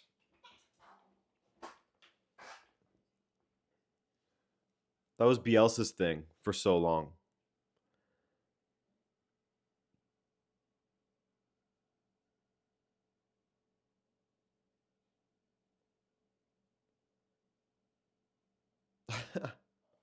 Oh, God. 1966 to 2026. Great t-shirts, fellas.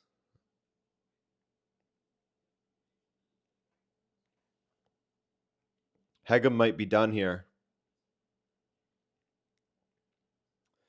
Yeah, I really wasn't hoping for this to happen. The extra time. I didn't want it. Now it seems like the teams are just going to ensure it goes to extra time.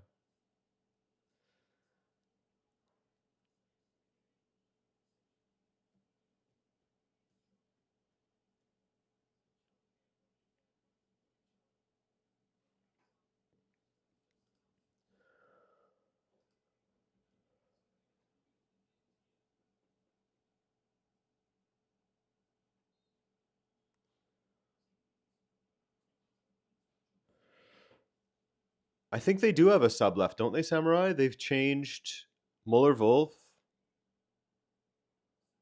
Schjelderup, Rierson, and Sorloth. So they have one more.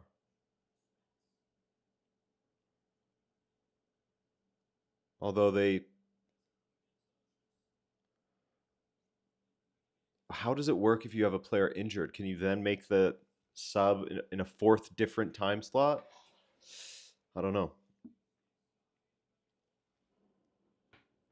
Reece James.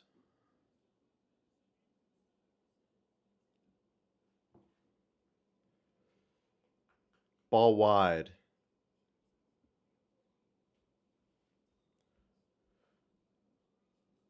I think they may have said that, Samurai, because they've subbed on 3 different occasions, because you can only sub on 3 different times. But with an injured player at the end, I don't know. But if it goes to extra time, they get 2 more subs, essentially. Well, they get an extra sub, and then they can make that other sub as well.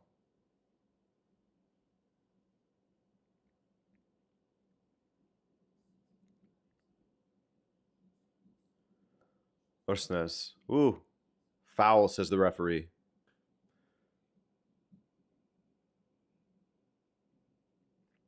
Pratik, it probably is instructions for Jude Bellingham to not make any tackles, since he is one of those guys that could be in big, big trouble. If he makes a mistake, he's out for the semi.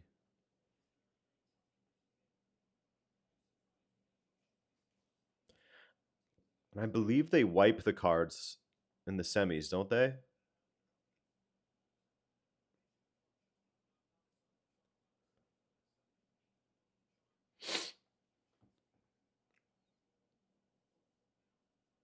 Nealand. That's better, Nealand. Just hoof it up there before the defender or the player gets near you. Well done, Reece James. Good strength. Elliot Anderson. Passes to Saka, absolutely surrounded by players.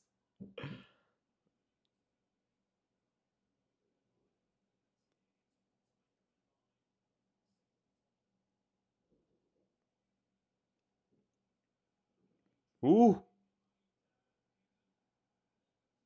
What the hell happened there? Bellingham going down, holding his leg. Looked like a pass. Didn't look like a foul. I mean, I guess we'll see. Let's see the replay here.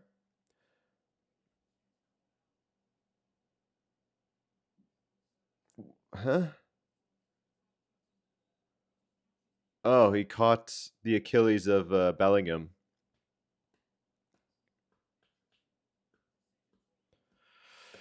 This creates a quandary. What will the referee do?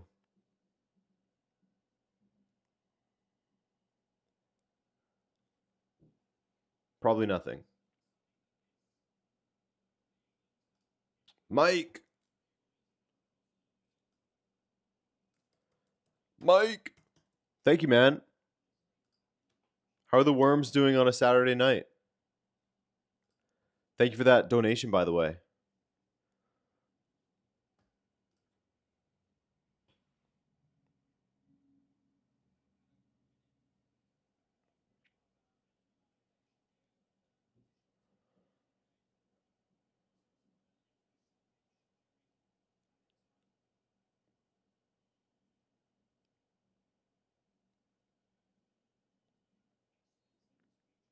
Hey, love that. Okay, extra time. Extra time it is. Extra time it is. Well, not what we wanted to see. I think everyone would have preferred a well contested match that finished before the 90 minutes, or not before the 90 minutes, after 90 minutes. Now, another half hour. We'll sit here for another half hour. Nealon giving you anxiety? Yeah, he's a little bit slow on the ball. Another 7-0? I don't know if we have time.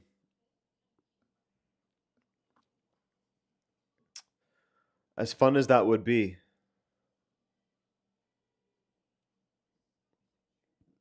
Guys, live action Moana coming to you. Live action Moana, let's go. It's going to be sick. Yay, extra time.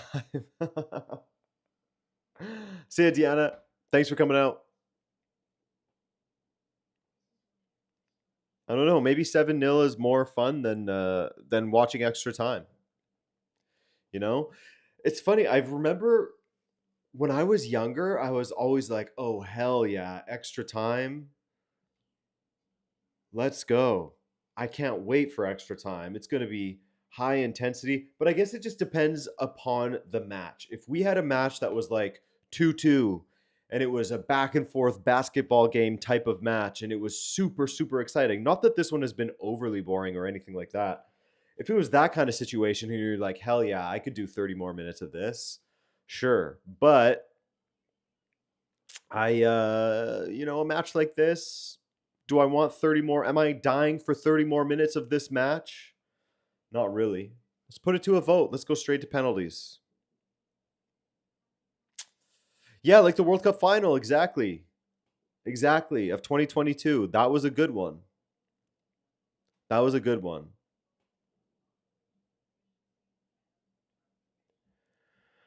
Extra time on a UCL night meant a later bedtime. Yeah, I mean, it's going to be a very late bedtime for you now. What time is it there now? It must be midnight? Is it midnight now where you are, Zach? 12:03? Or 00:03? 1 a.m. for Casper?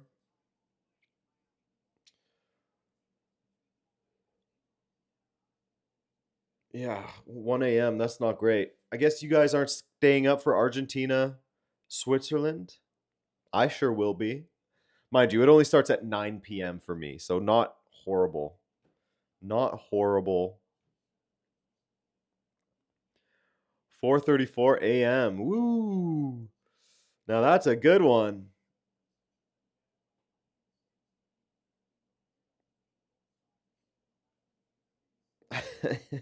1 a.m. for you as well. 8:30. 8:30. Magpie, where are you? Are you East Asia somewhere? Where is it? 8:30. Or Maritimes of Canada?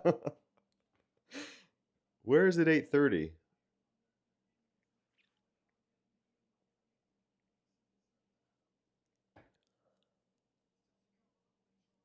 Oh, 8:30 p.m. Okay. Hey, Newfoundland. Okay. Okay.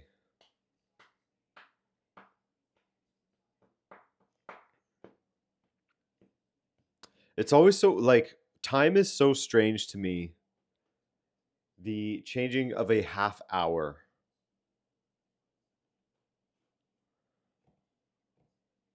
9 a.m. in Sydney. Not bad. Not bad at all. 7:05 PHL time. It is 7:05 for me as well. 7:05 for me as well. Ostegard is going to come on for Hegem.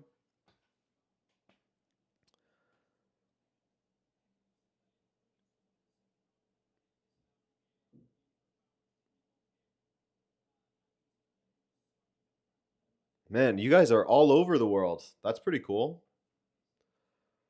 4 p.m. for Mini Dude on the West Coast. Here we come, Adrian. Dad talk about time. Time really is just this made up thing.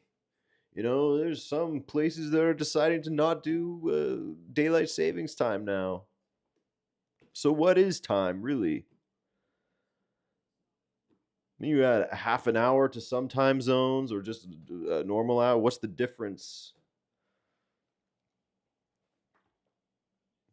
Why is Newfoundland an hour and a half ahead? What's going on? Hey? We got to figure this out.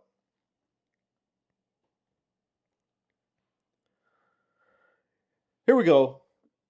Speaking of time, extra time. You wanted more of this match? You got it. We got some extra time for you.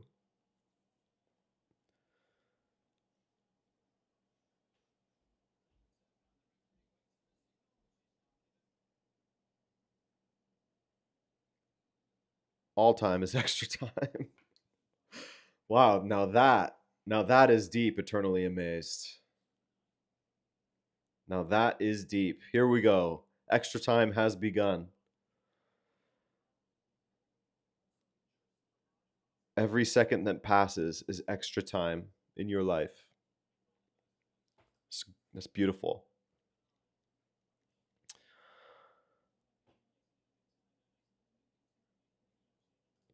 What time is Steven on? Currently, he's on nap time right behind me.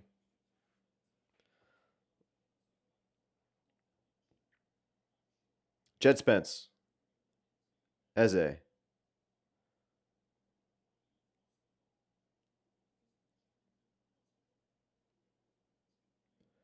Great switch of play by Eze to Saka. Good control by Saka. Madweke. We don't know. We don't know how that would have gone.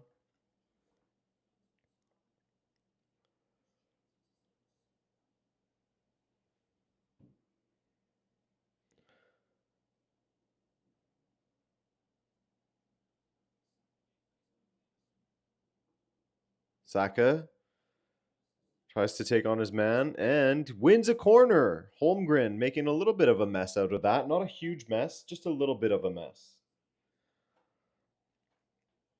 Corner kick for England. Kaner still out there. He'll be out there the whole game. Bellingham still out there. He'll be out there the whole game, you'd think.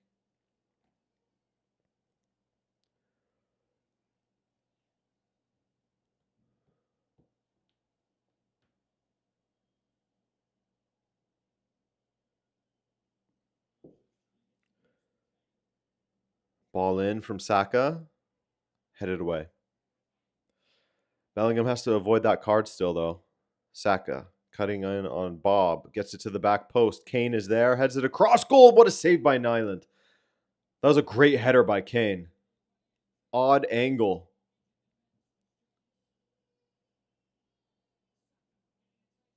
Saka. Back post.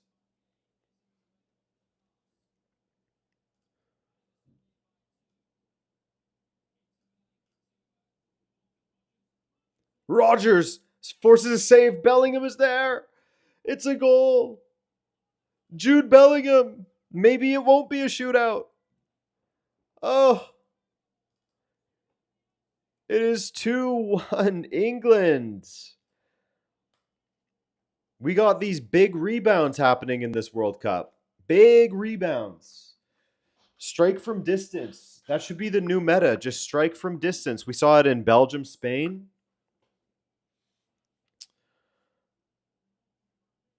Another rebound goal. Apparently, goalkeepers have difficulty judging this ball and the speed at which it's coming at. And that's causing issues for them. Just hammer it from distance and have someone running in for a rebound. That was really, really bad from Nyland, I gotta say. Like, about the worst thing he could have done. Tried to catch it. Ooh. Like, if he just punches, I know, very, very easy for the dumbass sitting at home in Canada watching this game to say. But if he punches that away, much better. But I think there might be something to it with the flight of this ball being weird for keepers, because we've seen this happen a few times. Seemingly easy collects, get spilled, and then the rebound. Yeah, Knights, you're right. Just build the statue, man. That's 6 goals for Jude Bellingham. 6 goals in 6 matches.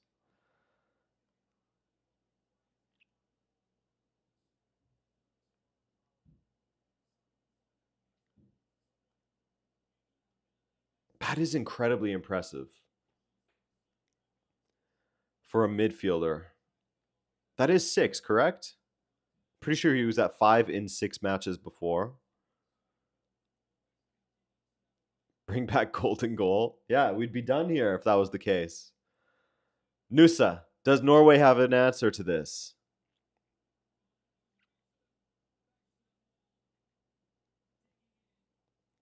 Yeah, Jaime. 2 quarterfinal goals decided by keeper bobbles. Lamens yesterday.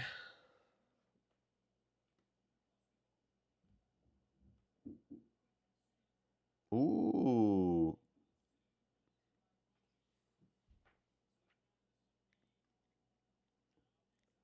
Would I say that Bellingham has a bigger England legacy than Scholes, Gerrard, and Lampard?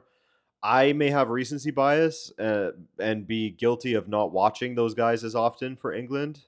But from what I've seen, it seems like Bellingham has operated at a higher level and contributed more. But I don't know. I remember the meme was always that those guys, how do you make it work? How do you make it work with those guys? You got to make it work with those 3. And that they sort of drag each other down by trying to play them all, blah, blah, blah. But someone could definitely speak to that better than I can.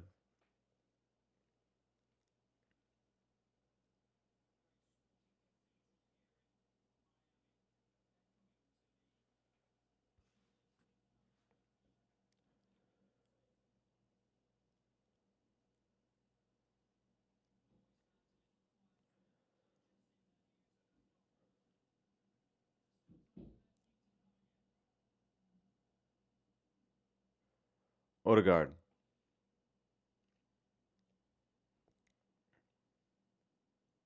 Ostegard. Ostegard, Odegaard.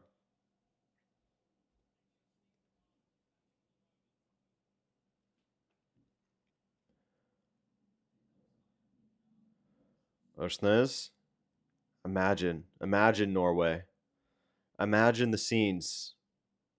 Erling Haaland having his say in this match.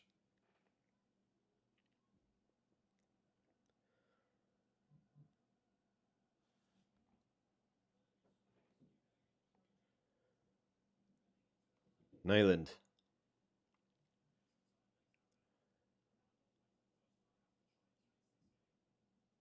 Zach, what do you mean? You don't have any opinions on this? Zach, aren't you looking forward to playing Argentina in the next round? Come on, you guys have won this.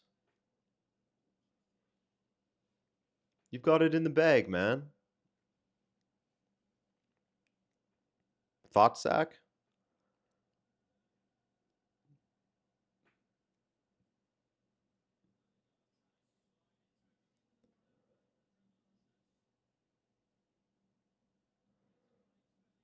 Paul's still saying 70% Norway.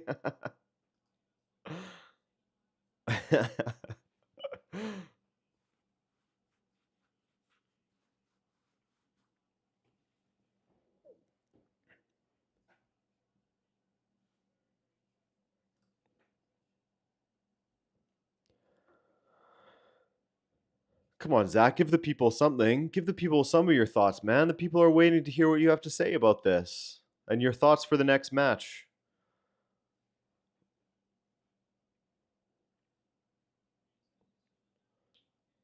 Zach, who do you start at right back against Argentina?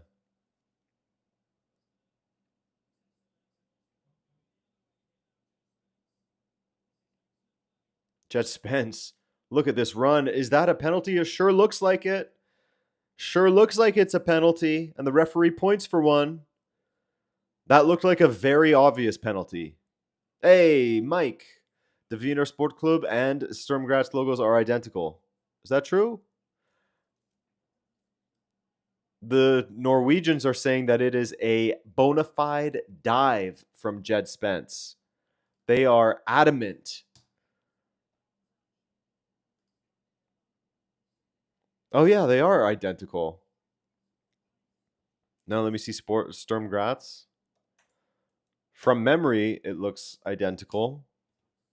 Yeah, basically. A little bit different.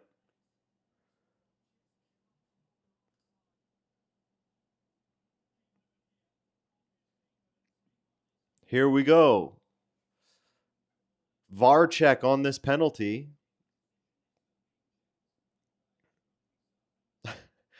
Imagine being in the seat behind the guy with the sombrero on. Yeah, that's obnoxious to wear a huge hat like that.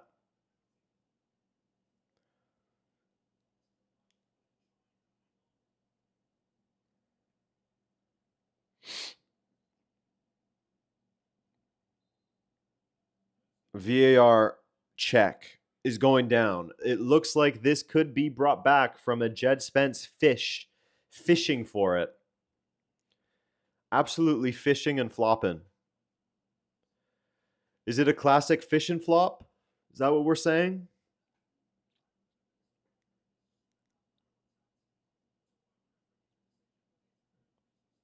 Oh yeah. He steps into his path. Oscar Bob wasn't even lunging for the ball. He just stepped right into his path. There's no world where he would need to do that. No pen. After review, number 25 dove like a fish and he gets a yellow card. No penalty.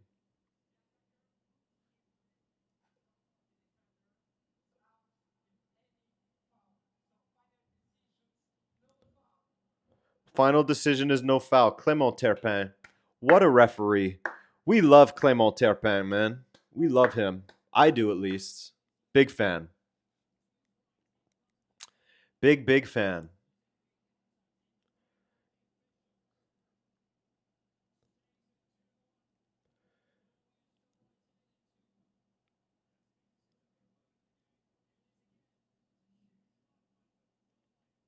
Yeah, that's a very obvious one. Let's go, Clément. That's who I'm supporting in this match is Clément Terpin. I'm a Clément Terpin ultra.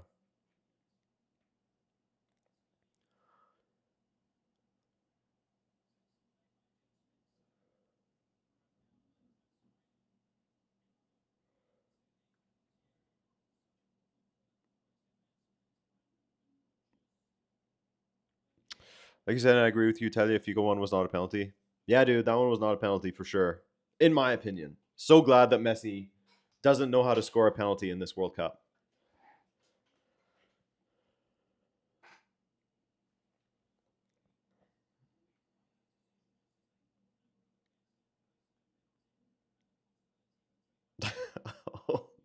Isaac. So, Isaac, you're telling me you're not a fan of England? Are you Norwegian? Seems like you're very much not a fan of England. Well done, Martin Odegaard. Could be another goal in this still. Could be another goal in this. Oscar Bob, filled with rage. Nusa. Ooh, what a block by Gehi. Oscar Bob, angry with Jed Spence after he tried to steal a penalty, will go on to get a goal or help to get a goal for Norway.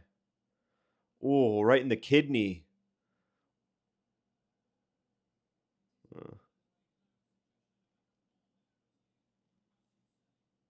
We need to bring back Mr. Lahoz. Hell yeah. That guy was always absolute box office. Mr. Lahoz. He made the match about him. Forget about the teams playing. This is his time to shine. Corner kick, Norway.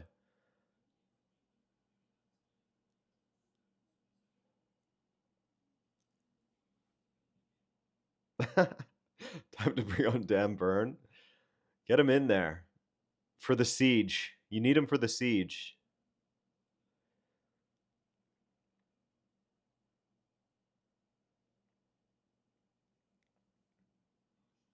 Ostergaard. Orsnes. Nusa. Nusa playing a little more centrally.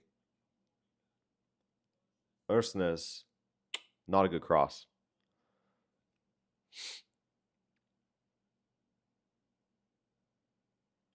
You vaguely remember Mr. Lahoz? Do you he didn't retire that long ago, did he? Making me feel like an ancient.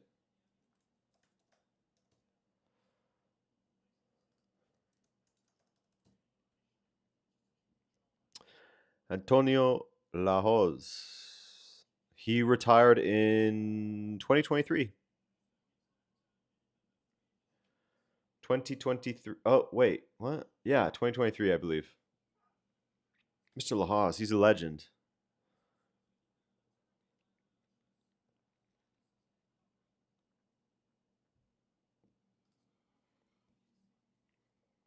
I remember he got like a did they give him a guard of honor or just like everyone clapped for him or something and he was crying at the end of his last match? Beautiful stuff for an absolute superstar referee.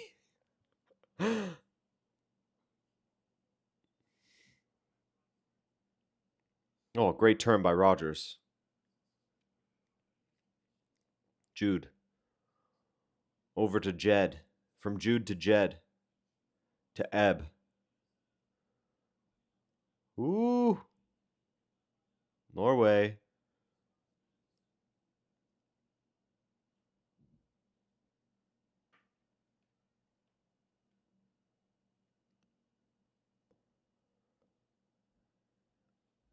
Anderson.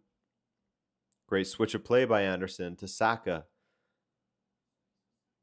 Will he take on his man? No. There's a minute and a half left in this half of extra time.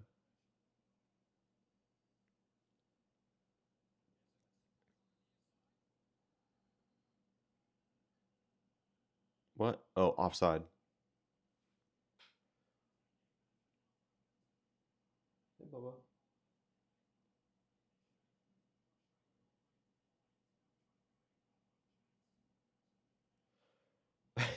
You think that Saka's playing worse than Madueke was? Oh, I see what you said. Trying his best to show that he's worse.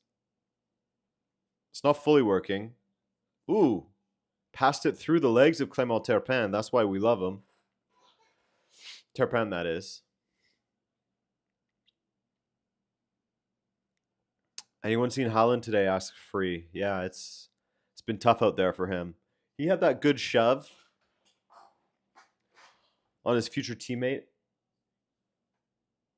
but beyond that, hasn't been a lot from Haaland. Erling Haaland.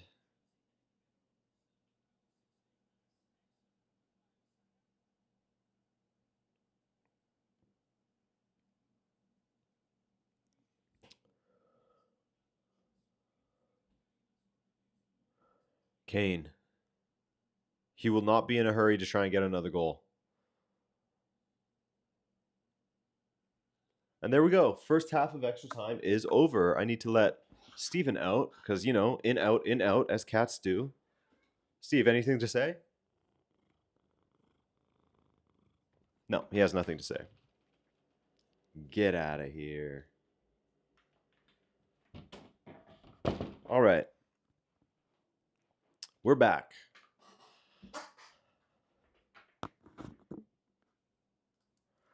Whoops.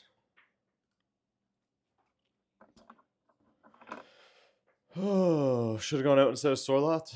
I don't know about that. It's one of those things where I don't think you can take him off. I don't think you can take him off. But I think that Bob has been a good improvement on Sorloth.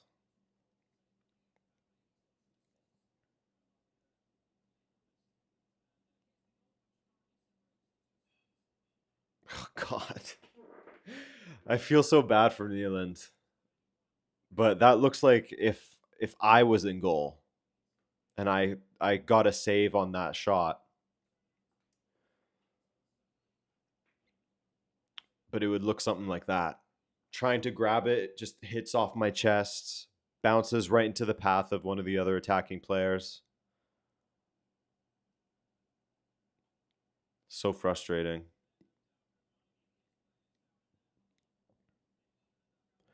Here we go. 15 minutes.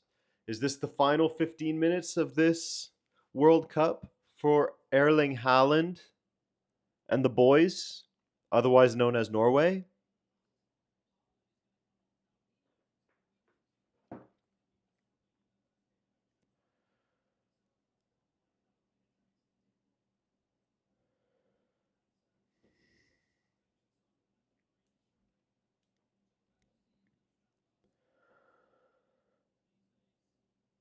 The Brazil magic left, yeah. It was unfortunate. Again, easy for us to say. None of us are pros, as far as I know, unless someone's using a burner, which would be interesting. Easy for us to say that he should have just punched it.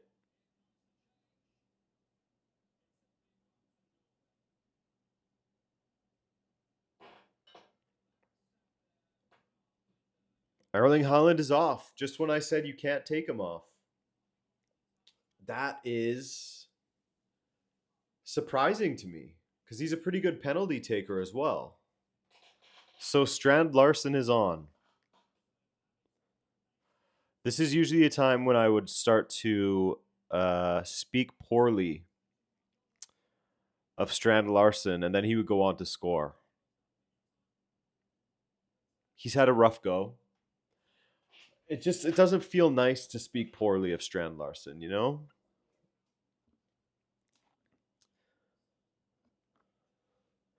Norway looks like everyone from my Minnesota high school.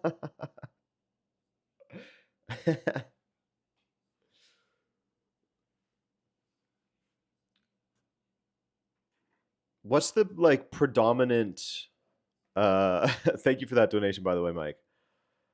What's the predominant culture there? How do I even say that? In Minnesota. Is it Nordic people that mostly emigrated there? Germans, Scottish? What do we got going on in Minnesota? Eastern Europeans? Yeah, Haaland off is very surprising. I did not expect that. I mean, I guess he didn't have a huge impact in this game, but like I said, he's a pretty good penalty taker.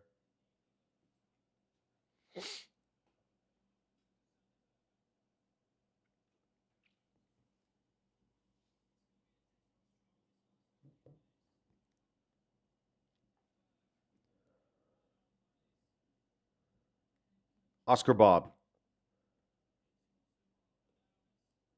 Nusa. Ooh, great ball by Nusa. Jude Bellingham goes down after kicking someone else. Jude Bellingham kicked Sanderberga, went down. Foul for England.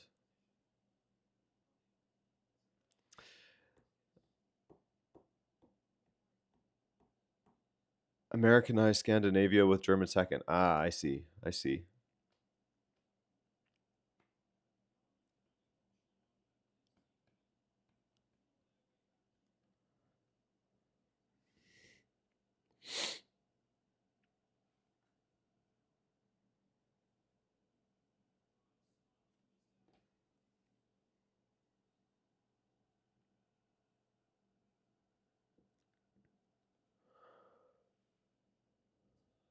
Ostergaard.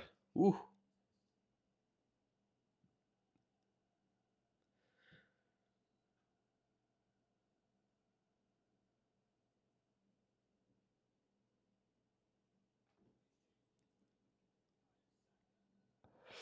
Hockey, it may not be it may not have been Haaland's choice to come off.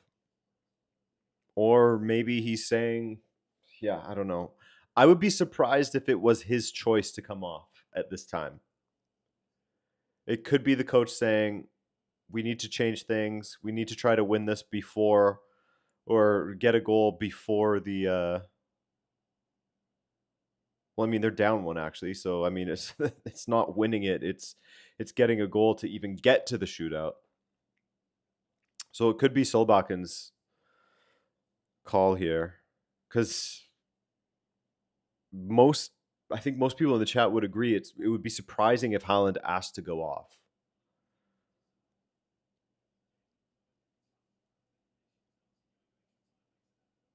My first girlfriend had 2 sets of AA in her last name.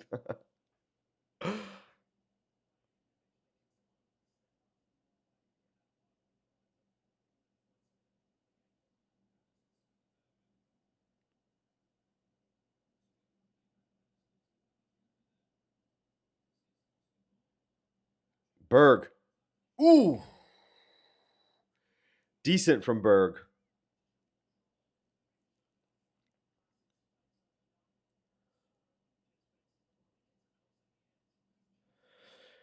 He really has a bit of a hobbit look to him. Not his height. Not his height. Facial features, hairstyle, etc. Mr. Berg.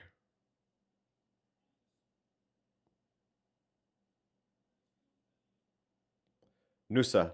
Ooh, can't get past. Well done, Reece James.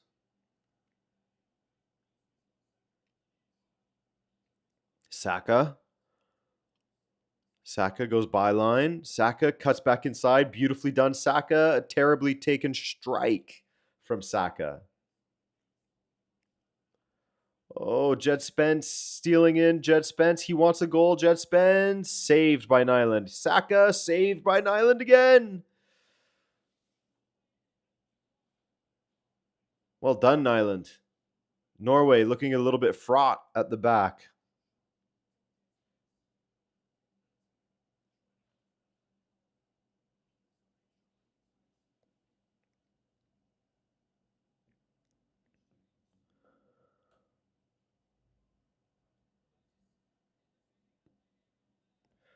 Nyland gonna raise your blood pressure.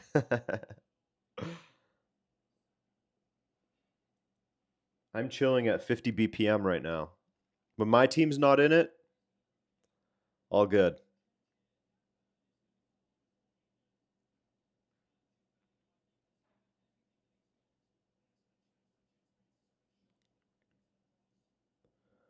Now I'm at a point where if you put me through 30 minutes of extra time, then at least give me a shootout. You know? If you're going to put me through all this, then let's see Norway get a goal and let's see a shootout.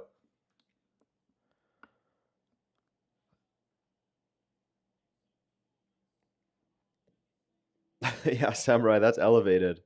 For sure.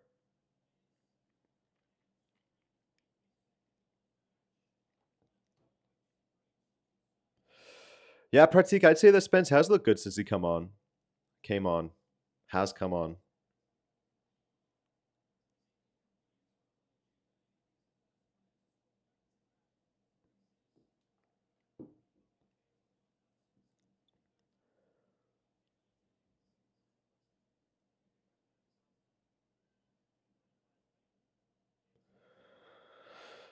Jude is off. What a performance. Dan Burn is on. Big man Burn. Big man Burn out there.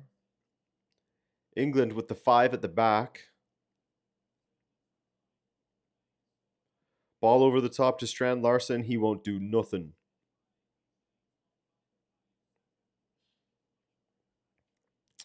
Odegaard. Now I'm trying to trash some players to see if Norway can get a goal. But they aren't going to get a goal with Strand Larson out there. That's for sure. Right, guys? Hopeless.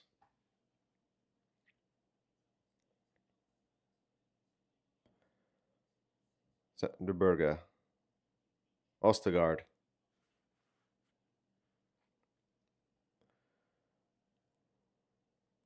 Odegaard.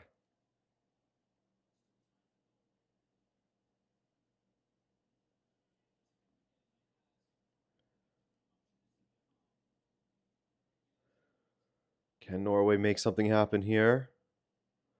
Ayer. Wide to Bob. Bob up against Jed Spence, the man who tried to steal a penalty from you. Remember that, Oscar Bob. Never forget that. Remember what he tried to do to you and your whole country. He tried to steal a penalty. Nusa. Berge. Odegaard. Ball into the box. Not going to happen with Strand Larson in there, right, guys? Antonio Nusa. Nusa. Blocked. Goes out for a corner. Corner kick. Norway. 7 minutes remaining. All right. Forgot to put this back. 7 minutes remaining.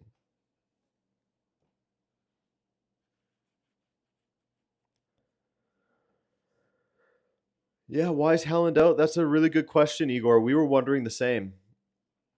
Especially when you put Jorgen Strand Larson out there. Oscar Bob over the bar. Bob's bar.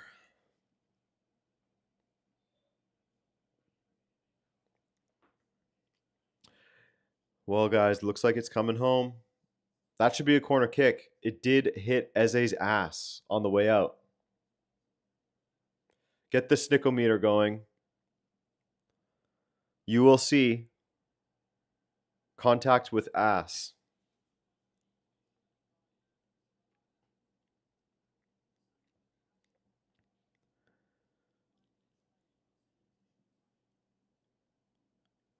Hey, hello from Canada to Mexico. Berga.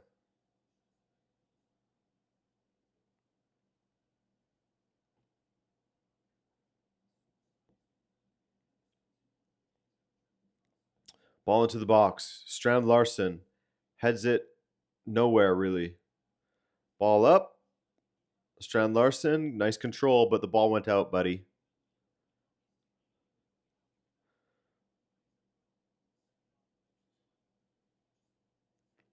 Is there English or Norwegian club flags around the stadium as we do in Brazil? I haven't really paid attention to that.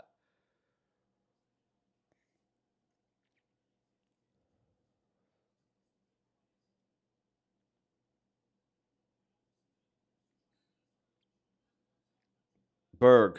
That's a foul on Berg. Referee, that's a foul. Referee.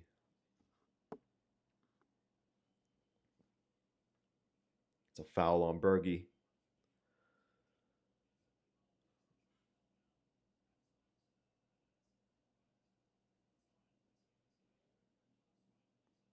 Noosa goes down. That's a foul. Another free kick for Norway. Hit it into the box to anyone but Strand Larsen, guys. It's the guy you don't want to hit it to. You guys are aware of what I'm trying to do, right? With the Strand Larsen stuff.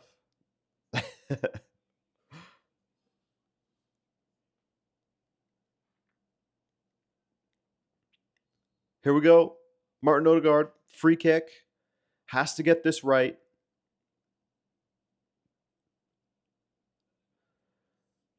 Too close to Pickford. No Norwegian wants to get it.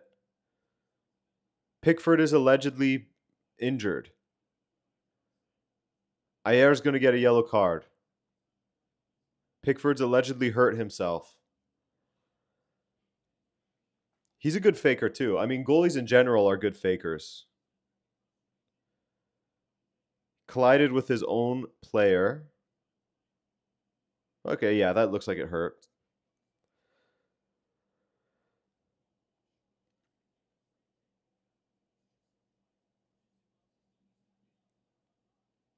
He gave a free kick for Rogers colliding with Pickford. Free kick England.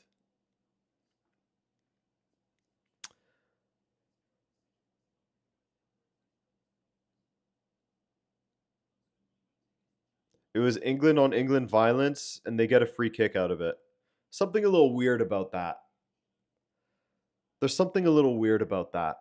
These goalkeepers are an overprotected species. All right, ball given back to Norway.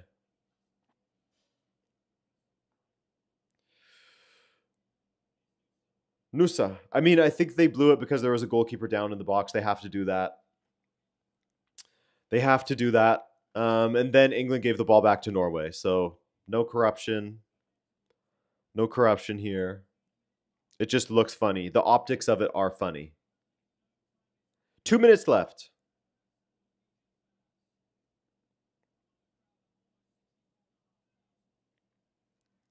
Nusa. Strand Larsen. That's a really bad ball to Nusa.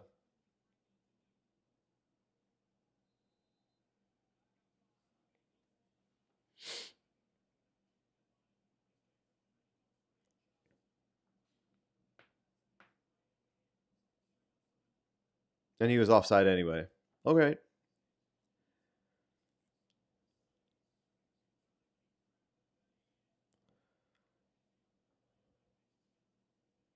The corruption index has slightly dipped.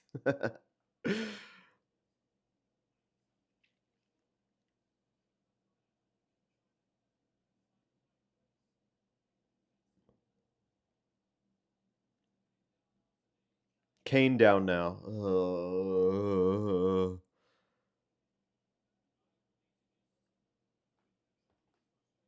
Get up, Harold.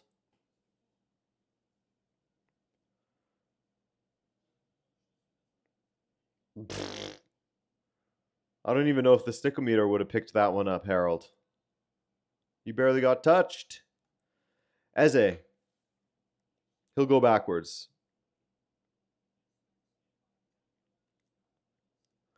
Dan Burn. All the way back to Pickford.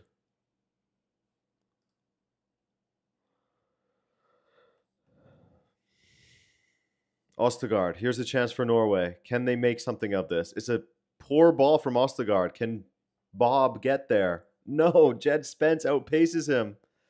It is a throw-in for England.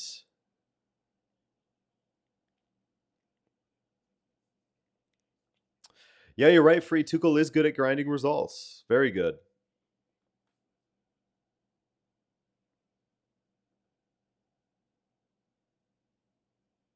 Kane controls, hoofs it forward for Rogers. Rogers goes to the corner flag. Surely he'll chill there for a while. No.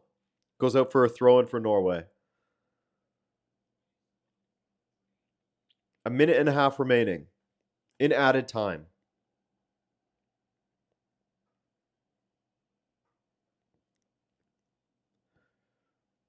Wow, the cameraman really likes this girl. They keep showing her.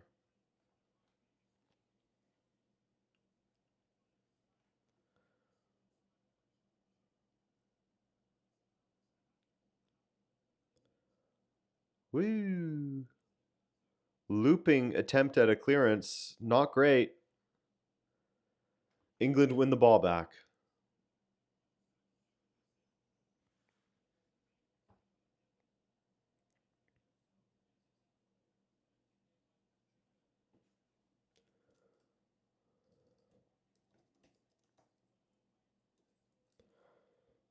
Mike, is that a legit question about Morgan Rogers?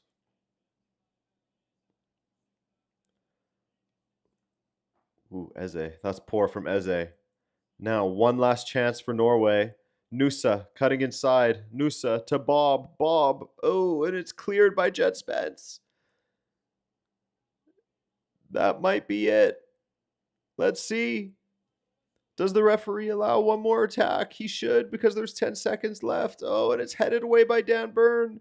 It's a throw in for Norway. The Norwegian guy is laying on the ground with a headache.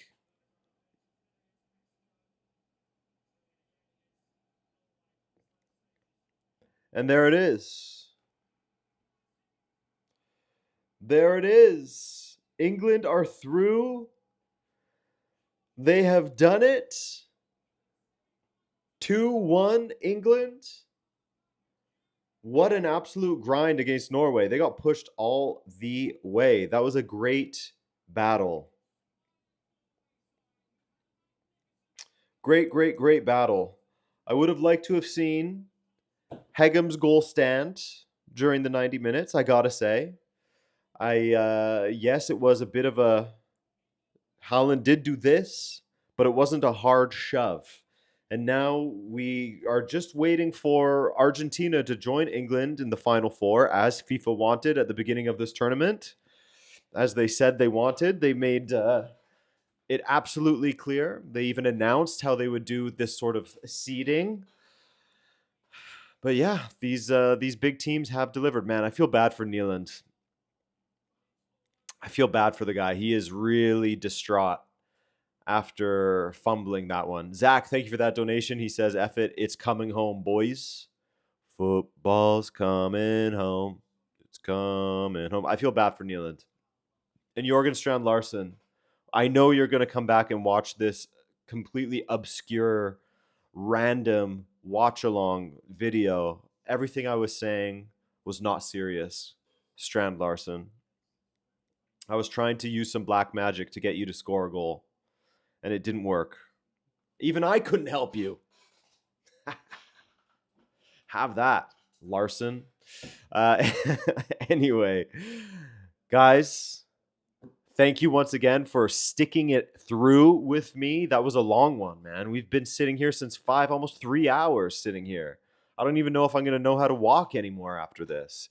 But I do thank you guys for joining me. I do thank you guys for donating, such as Zach and Mike. Drop a like on this on your way out, if you don't mind, if you could be so kind. And we are now getting into the Final Four. So we'll probably do a watch along for France versus Spain, hoping for a good one there. And then we'll see if we'll do one for England versus Argentina. Imagine it's Switzerland. Oh, Gianni Infantino would be like, it's my country, but the revenue I could have got from Argentina getting through, no, damn it. That would be a real, some mental gymnastics for old Gianni to do. Anyways, guys. Thank you for joining me. I appreciate you. If you stay up for Argentina versus Switzerland, enjoy it. All right? Take care, guys. Bye.